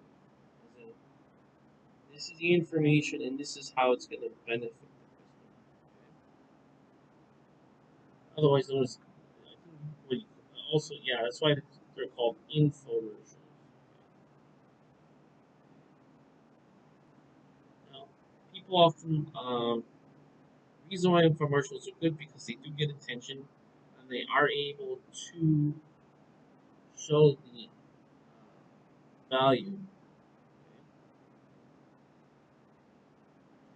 If you can add bonuses that don't cost too much money, even if they do cost you some money, try to add some bonuses that really will incentivize and push more of your customers for the edge. Yes, you want to add bonuses to your sale if possible. Now, joint ventures. If you implement all these strategies for the next 10 years, you'll get a lot of customers. If you and I met in 10 years' time, you could tell me, this is what we did, and we attracted 5,000 customers as a result. But if we're going, if we go, if we could go to somebody who's already done equivalent of that work, what if we could go to two or three or four companies who've done the 10 years of getting customers, they've put it to the grind, spent the advertising money, and gotten the customers. What if we could get a joint venture with them to access the customers without having to wait? Remember, a joint venture is that two companies working together to sell a product. The question is if you want to pursue joint ventures is excluding competing businesses. They're not a competitor, but you have two people who can join together to make that happen. Meaning, like, okay, so one uses technology and one uses has like the product of a service, and you combine them together to sell more of that. So you leverage the technology, and then with the technology, you're able to sell more. And therefore, as a joint venture, they can make more. Because why? We already have access to the people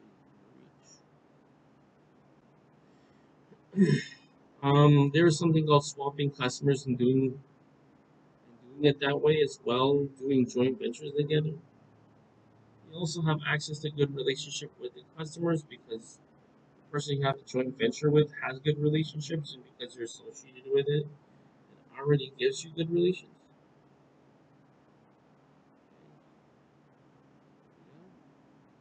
Let's talk about time. Pretty straightforward, right? What's the duration that that takes to do something? This is directly linked to the number of customers you get. Now, in getting more customers in business, we made a note of every single thing you're working on, you do in your working week.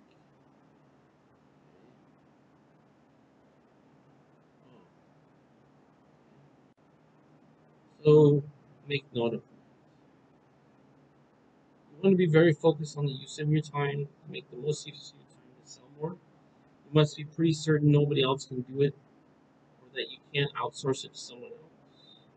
If you're going to sell it yourself, you should spend at least 50% of your time working on getting new customers into your business or creating processes to do so. Of course, you're going to need to have to do market research. You need to be able to improve upon what you have. Right? So even if it's strictly an IT product, you still need to market it. So that's what it is. You need to expand your geography. You don't just want to sell in one area. Chances are you're selling. Chances are you're selling what you're selling in a limited geography. Local business, and you're selling a few miles where you're based. That may be a regional business or something within your region. So the important thing is you want to sell in different demographic areas. You sell in different demographic areas, then it means that you have more of a market to sell to. If you're serving an area with a certain population, um, we could do double, triple, or multiply the factor of 10. The population you serve or sell to would be a great way of bringing in more customers. Okay? Now, what choices are you making with the money you earn? You got to be a good steward of it and find out how to do it. Now, for example, for me, I had a choice to make. Do I want to pay for paid advertising on a site of potential customers, or do I want to make multiple advertisements on a different website and spend a little bit less or around the same amount of money? See, that's what it is. The thing is, you want to expand your products. You don't just want to offer one kind of product. You want to have multiple products.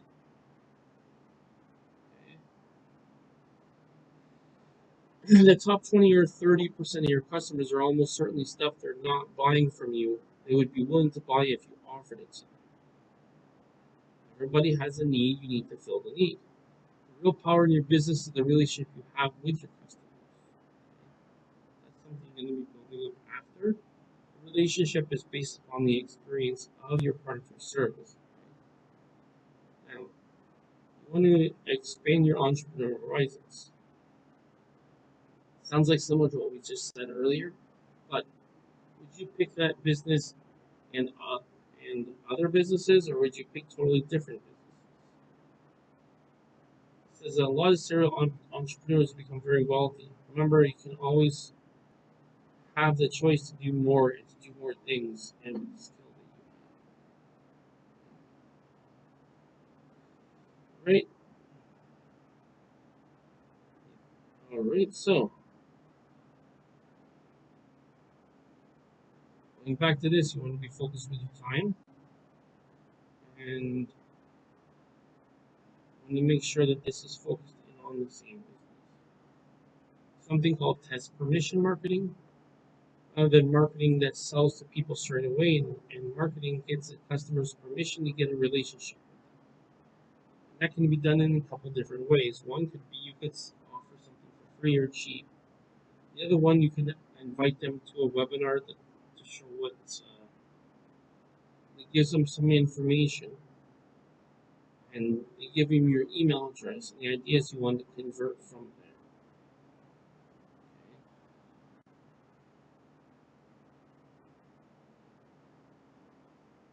And permission marketing is great because then the customer watches your video that's really into you, and you probably, sorry, and they probably contact you anyway. If they don't, you got email address to know how to get you. Number 57, you want to measure and test your marketing. It's the split marketing, like I was talking about earlier. Okay. Test new marketing methods. Some I've been seen offering here. The idea is to run a successful ad in a newspaper or magazine, test it with a completely different headline, and see what the result is. You must measure and test all of your marketing. You want to see what the result is. We also have something called the 80-20 principle and profile. Not all of your customers are worth the same to you. There's a chunk of your customers who are worth more, normally a lot more. It applies to new customer acquisition. Okay? And you want to get the right and good buyers from acquisition. Customers all come from the same category.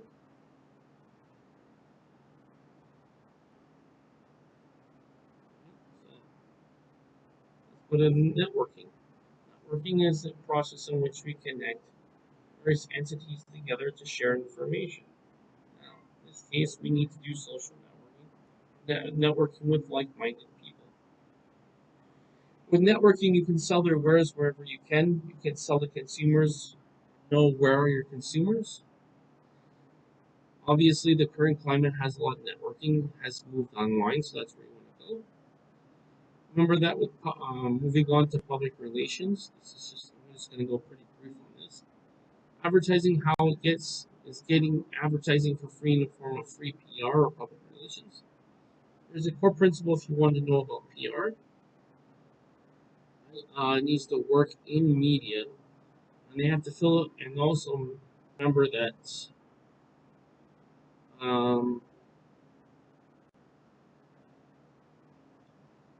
they want the advertising need to fill it with interesting people in interviews. That's hard to find. This is free marketing. You need to find a subject that's interesting, somebody knows what they're talking about. 5 tips for press release. This is when you submit this to the news, to the media, for it to be mass put out. Number 1, why does this work so well? Think about it. I said about those producers and journalists looking for a good story. And for that good story, they'll definitely can promote you. Okay? Now, let's talk about premium pricing. This is higher pricing. Remember I said you can increase the price if the value is more and if you communicate a greater value. There's a segment of the population that's reluctant to spend money on parts and services that appear too cheap. Why? If it's too cheap, it means there's not enough value. And therefore, if it's not enough value, then it's not worth the money that you spend. They want higher quality. The whole art of pricing is fascinating because when you set your prices higher and you move to a higher end business. So higher price means higher end business. Payment plans. Suppose you're selling something but they can't pay all of it all at once. What you do is you break it up into a couple of weeks, so a couple payments to maybe 4 payments. The one-off payment you let customers pay over 2 to 3 months will normally have a significant increase in sales depending on where you're priced at the moment. You get particularly high-end expensive products or services. Making higher priced products and services are more affordable without reducing your costs. It's a very effective strategy. If you can split the payment together, it's not as expensive for each transaction. Then people will buy it. We have something called the IDA principle. This will work on your website, sales letters, brochures, emails, and actual conversations with potential customers. The IDA principle is a formula the customer goes through in your head that leads to them buying. IDA stands for attention, interest, desire, and action. So it needs to be compelling. In other words, you need to have a compelling headline that grabs my attention, keeps me reading. Also, you need to turn interest into a desire. Okay, this is interesting, but do they want to buy? That's a desire. Okay, you turn the interest of the subject into the desire to buy. Okay, the desire into action. Also, multiple follow-ups. You can have one follow-up. Businesses don't follow up like anything, like enough in their prospects and customers. Most businesses give up far too easily. Most people reply to email or phone the person up, and then maybe they'll send something in the post or email with additional information attached. The idea is if you can't close the sale, what you want to do is get their email, and then you want to show them more about the product, show them the value. That way, you can close the deal. 7 points of contact can convert a lead. Potential customers inquired with you.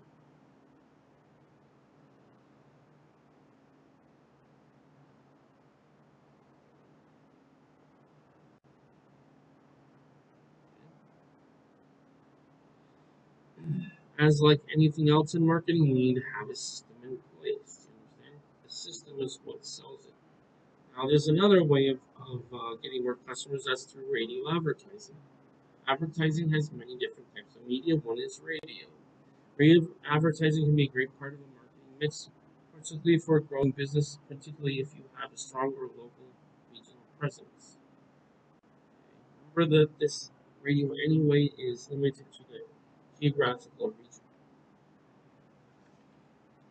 If you already have a reputation, you can use the radio basically to multiply what you have already. It says whatever price they tell you, have it. If you buy radio advertising on the rate cards that the radio stations try to offer, they'll be paying far too much money.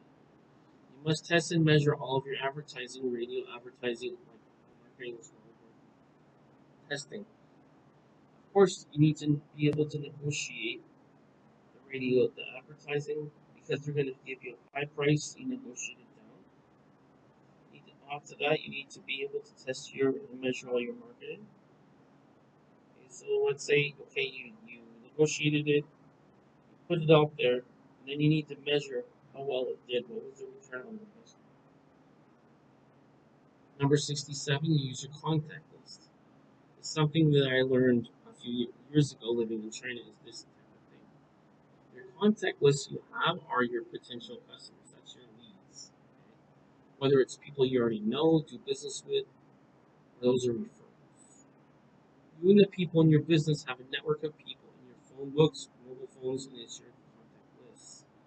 Customers are people who have access to potential customers also. In your contact list, the author says, I encourage you to look at yourself, your life, and your history and all your people.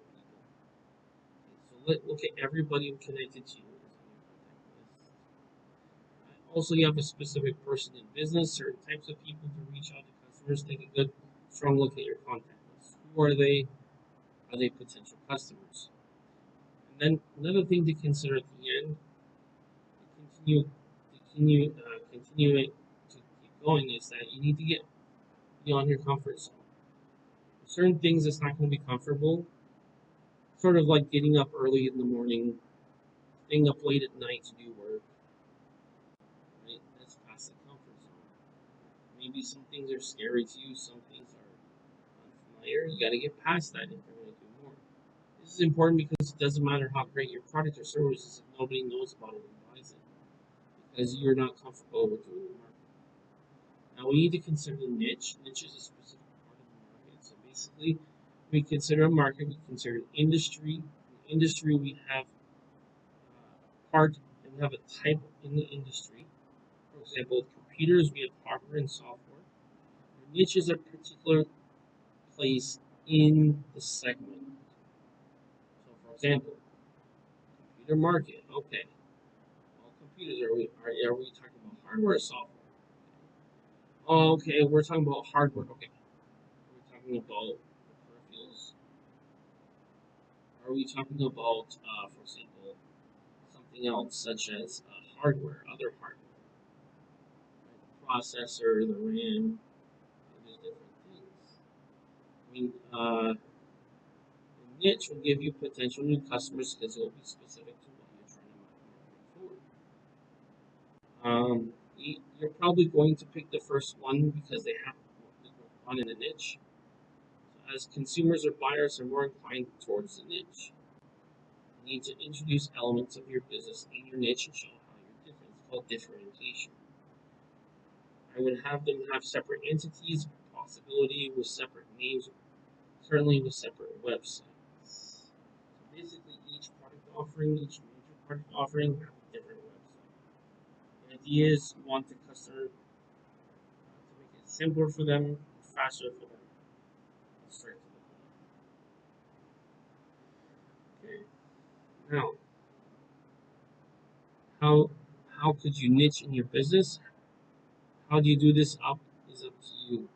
You can make marketing a lot easier if you go to specific people and reach certain people in that arena. You need to know our target market.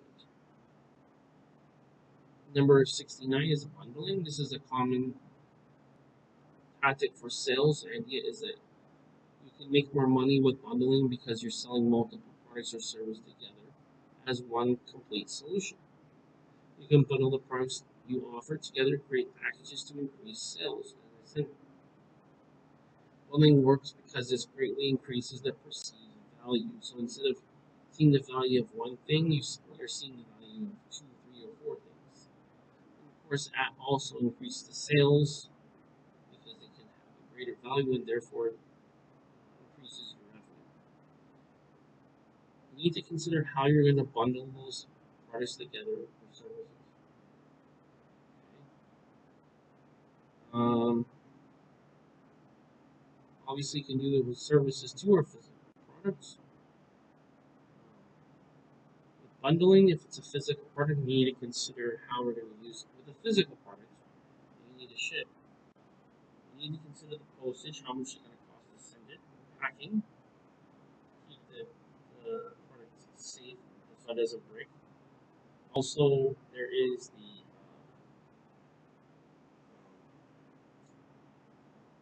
yeah, so it's okay, and then shipping is added on to the on free to a product. Sometimes you can do that as well. Okay.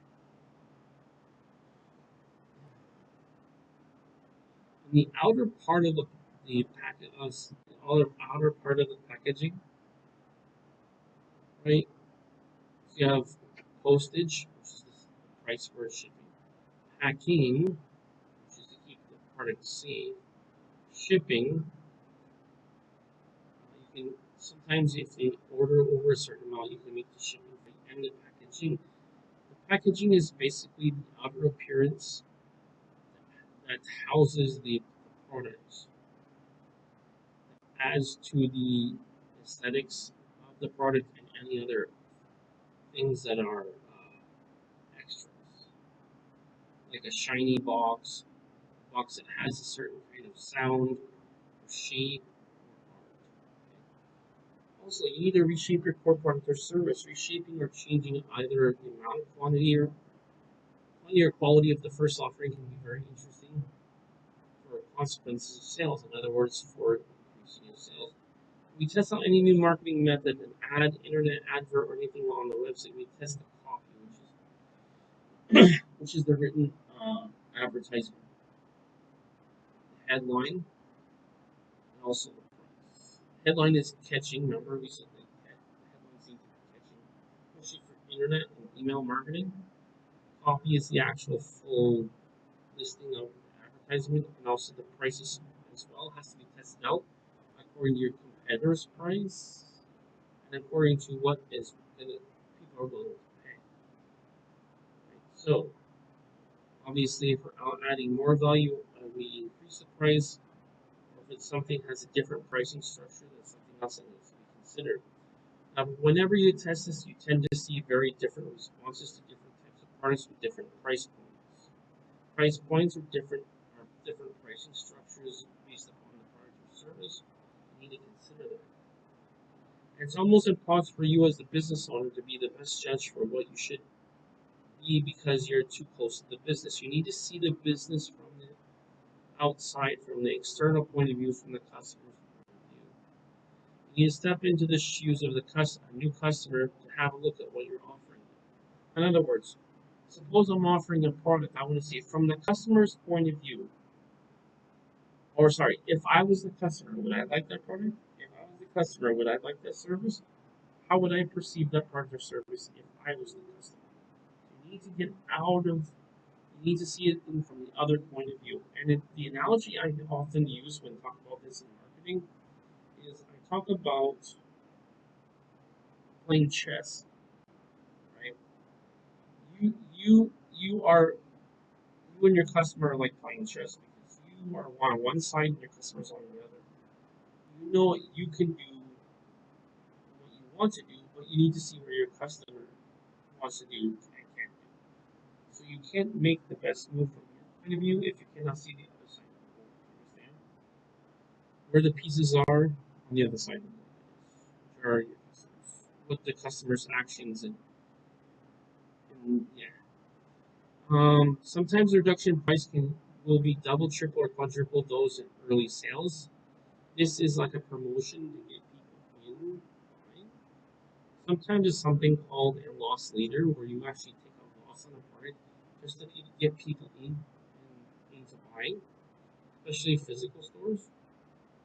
And reshaping your core product or service is a good way to get sales, meaning you're making making improvements or you're making changes to your product or service. Now, other businesses and non-buyers, there we have to consider that they're competitors. Sometimes you can use somebody who does a similar thing to your advantage if it's for example your local coffee shop and Starbucks, right? Maybe they want both. They have something that the competitor has and something you have, and maybe each one of you can work together to both increase your sales because they want both of those products, right? They want something from yours and something from theirs, almost like a puzzle or a collection. Okay? So what we're going to do is we're going to, through this cooperation, we're going to give each other access to other people who haven't bought each other because maybe both of us don't have the total solution, but we have half of it, so we're going to work together to get business from the people who haven't bought yet. Those are called the non-buyers. Um, yes, so you're giving your competitor access to people who probably aren't going to buy from you anyway. So in some cases in marketing, it's called selling a list, or it could be doing a joint venture, temporary joint venture. Basically, in a simple way, you're cooperating with your competition. Okay? So if you're not getting those buyers, you might as well work with your competition to get them. So if you're getting this, something, it's better than getting zero.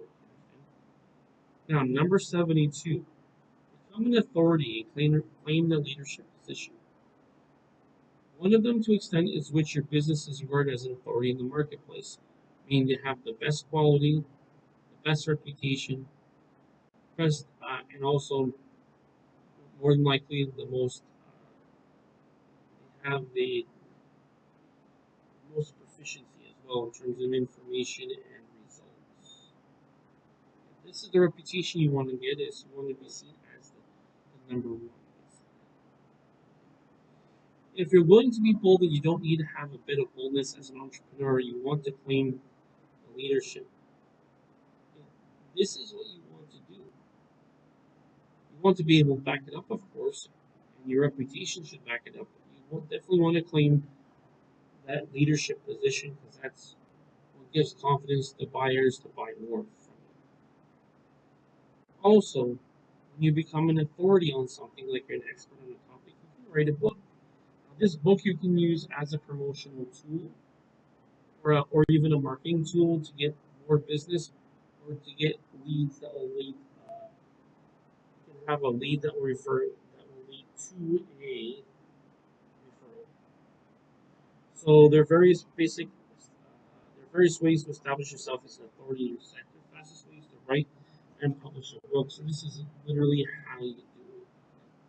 Because they're going to need some proof. Proof to me you're an authority. Okay, let me prove by my knowledge base. Purpose is to have your customers see you're an author of a book, which gives you instant credibility. Secondly, you can use that book as a marketing tool, which I just said. You often see smart marketers give away free books as a free gift on their website and their ads. This is a voluntary way to get customers on your list. Writing a book is wonderful because it has several immediate impacts. Number one, it helps credibility, authority. It also is a great early sales or lead generation tool because you get people on your list. You get people on the list. In fact, that is a expense to the business, and also that is there is an expense associated with getting on a list, and that's one way to do it. Also, becoming an authority in your market also helps with pricing. We constantly see the business where the owner is the author of the book is able to command price significantly higher than competition. Why? Because they're the authority, they're the best. So if you have a choice between regular guy and the best guy, which one are you going to pay more for? Well, you're going to pay more for the best one, right? That's the idea because you're the authority. Consider scaling up your marketing during a recession. So the idea of scaling is you increase the amount over.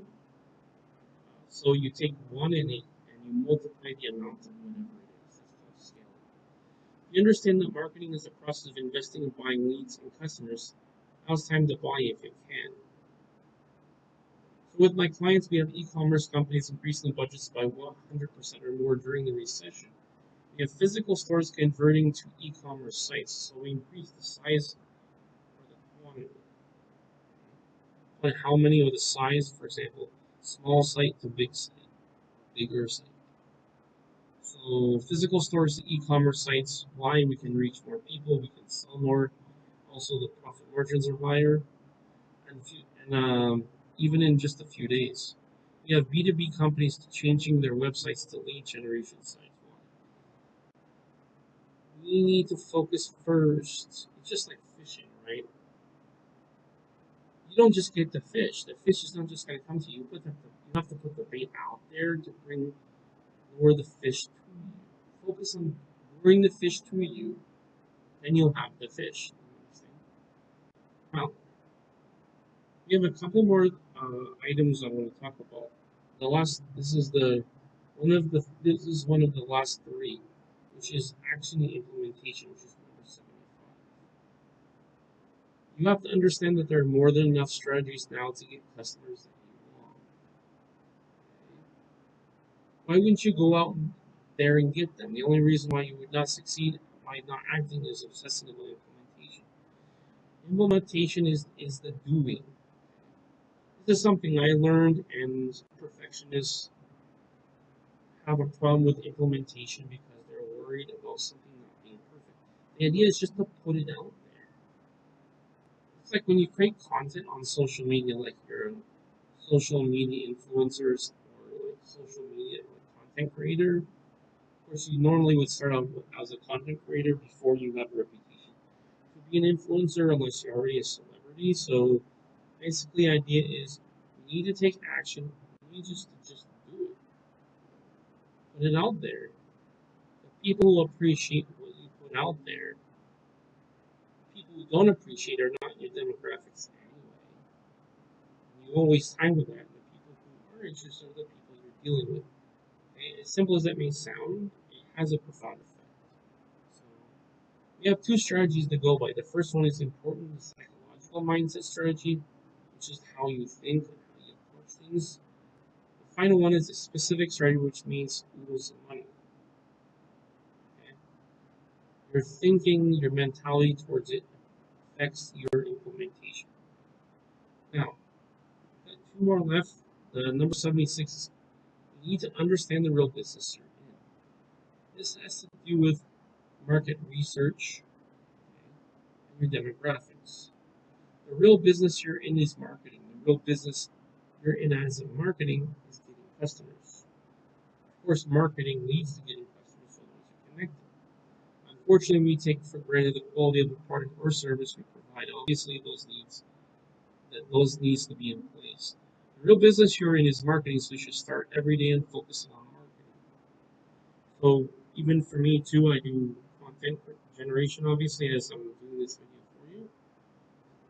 for you to enjoy. You have to, like, for example, I have to focus on promoting and pushing these videos through the algorithm so more and more people who have access to it will benefit from the information I'm providing here in this video. Let's talk about our last thing, reactivate older lost customers. Now, the fastest way to grow a business is to sell more to existing customers. Your existing customers can be two things. One is people who are doing business with you now, or buying from you now, or ones that used to buy but not buy anymore. Okay? Those are the people you want to get back. If you want to give it a business an instant cash boost, you start with the existing customers because they're so much easier to sell than the new customers because they already know of you. Okay? You can understand that. Reactivating customers who aren't spending money with you for whatever reason is one of the real delights of marketing because everyone is pleasantly surprised with the results. The idea is you offer a promotion to get them back on board. In other words, what will it take to get them back on board as a customer?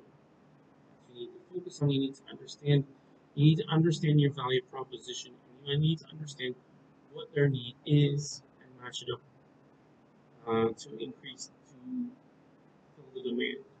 Now, generally speaking, people stop buying from a business because the business ignores them.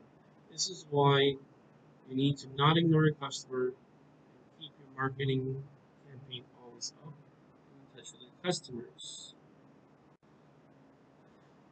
Here, for example, I value your business and I miss you. If I've done something to let you know and I really like to know what that is so I can put it right. If it's just the time has gone by and we haven't been in contact, I'd like to reestablish a relationship and let you know that it's important you are to me. Right? It's just like friends, right? Except this is business, but I mean, you need to reestablish contact with the customer, show them that you miss their business, and you'd like to reestablish the relationship. Obviously, you need to find out how you can earn the business back, and then get the business back. One last point, and I heard this from Grant Cardone, a famous sales marketer that I mentioned before. This is for everybody. Remember, I said just put it out there. Take massive action. When you take massive action, it's like you're planting a seed. Even if might take a while for that seed to grow, but eventually the seed will grow because there's so many seeds planted. Law of large numbers, right? At least 1 or 2% of them is going to grow, at the very least. Hopefully, all of them. But if not, because you've taken so much action, there's bound to be something that's going to happen in return, just like planting a seed. You don't just push a button and nothing happens. You don't just plant a seed and nothing happens. Something will happen. Remember, take massive action, and when you do, you will reap the rewards. Okay? Now, this is a lot of these things sound very simple until people are faced with the task of implementing it. Now, one of the things people can do to get past the whole idea of being a perfectionist and having paralysis through analysis is just putting it out there and having faith that what you've put out there is actually going to work because it's quality, because you know you're offering something valuable, just like in this video. At first, maybe I don't have so many people seeing it, but because I know this is valuable what I'm putting out there, I'm not worrying about it. I'm just going to put it out there. The information itself speaks for itself. The only thing from my point of view is just presenting it in a way that can be understood and shown how it can be value for you to use in terms of the information. So keep that in mind. And that this was quite the mouthful, but anyway, I highlighted notes there. Now, I'm not going to give you. I believe I paid for that ebook. I don't remember if I paid or not. But I recommend buying his book because I think it's normally retails for 25. I don't remember what I paid for if I got it for free. I don't remember it. But as you can see, there the 77 ways are ways that do work if you take action. You see what I'm saying? Now, I do want to. My conclusion is I want to say that this book is very good because of the strategies are well. There's plenty of strategies that do work and they're well outlined. And if you follow his advice, you will be successful. And you can tell something will be successful if a person does it themselves and they're successful. It's just a matter. Becomes a scientific thing, right? Such as if I say this is how you make coffee. This, for example, if I say this is how we make mocha, right? And I say okay, mocha out. And if I say okay, this is how you make mocha. You take coffee and you add chocolate to it. We take those two elements, we put it together, and we know that every single time it's going to make mocha, right? There's no doubt about it because we know it's already been shown that chocolate and coffee will make mocha. It's the same thing. When you have these things, strategies, and you use them in the right way, you will get the right result. There's no question about it. It just takes a little bit of time for it to go into effect. And if you're probably properly marketing and promoting, you will get success with these strategies. The ideal thing is to be able to implement as many of those 77 as possible and make it work. So my conclusion is a very valuable book. I'm grateful that I have it, even in the ebook version, which is what I got. Even if you have to pay for it, it's still worth it. You might be able to get it for free. He might give it to you for free just so he can get on his email marketing list. So that was a lot of information for you to go through. I recommend if you're not able to go through all of it, go through the video a second or third time. Take some notes from what I'm saying, especially I've highlighted stuff. I actually added some highlighted stuff. So go through that a second or third time if necessary. Okay. Now, what I'd like to do before I end the video is I'd like you to click like on the video. Okay. If you haven't already, I'd like you to please click subscribe so you'll have access to all my videos. Please click the bell button so you'll be notified of all my future videos. I will have a membership for people. They'll have premium feature, access to premium features such as live streams, 1, 2, 3, or 4 live streams, depending on. So there's a tier. There's 4 tiers. Actually, technically there's 5, but there's 4 main tiers. The first tier is access to 1, 2, 1. Second tier is 2. Third one is 3. Fourth one is 4. The pricing I'm gonna tentatively have is $2.50 for tier 1, $5 for tier 2, $7.50 for tier 3, and $10 tier 4. And tier 15 will be have extra access to other materials, other explanations. We need to detail about certain things and a Q&A. Okay, so of course, with the 5th tier will be for $15, but you'll have access to the other resources from tier 1 to 4 plus more resources. Okay, great. So if you had any questions or any positive or constructive comments, feel free to leave those. Make sure that we keep it constructive and not derogatory. Okay. I do appreciate you for watching this video. I'd like to wish you a great day. Take care and bye for now.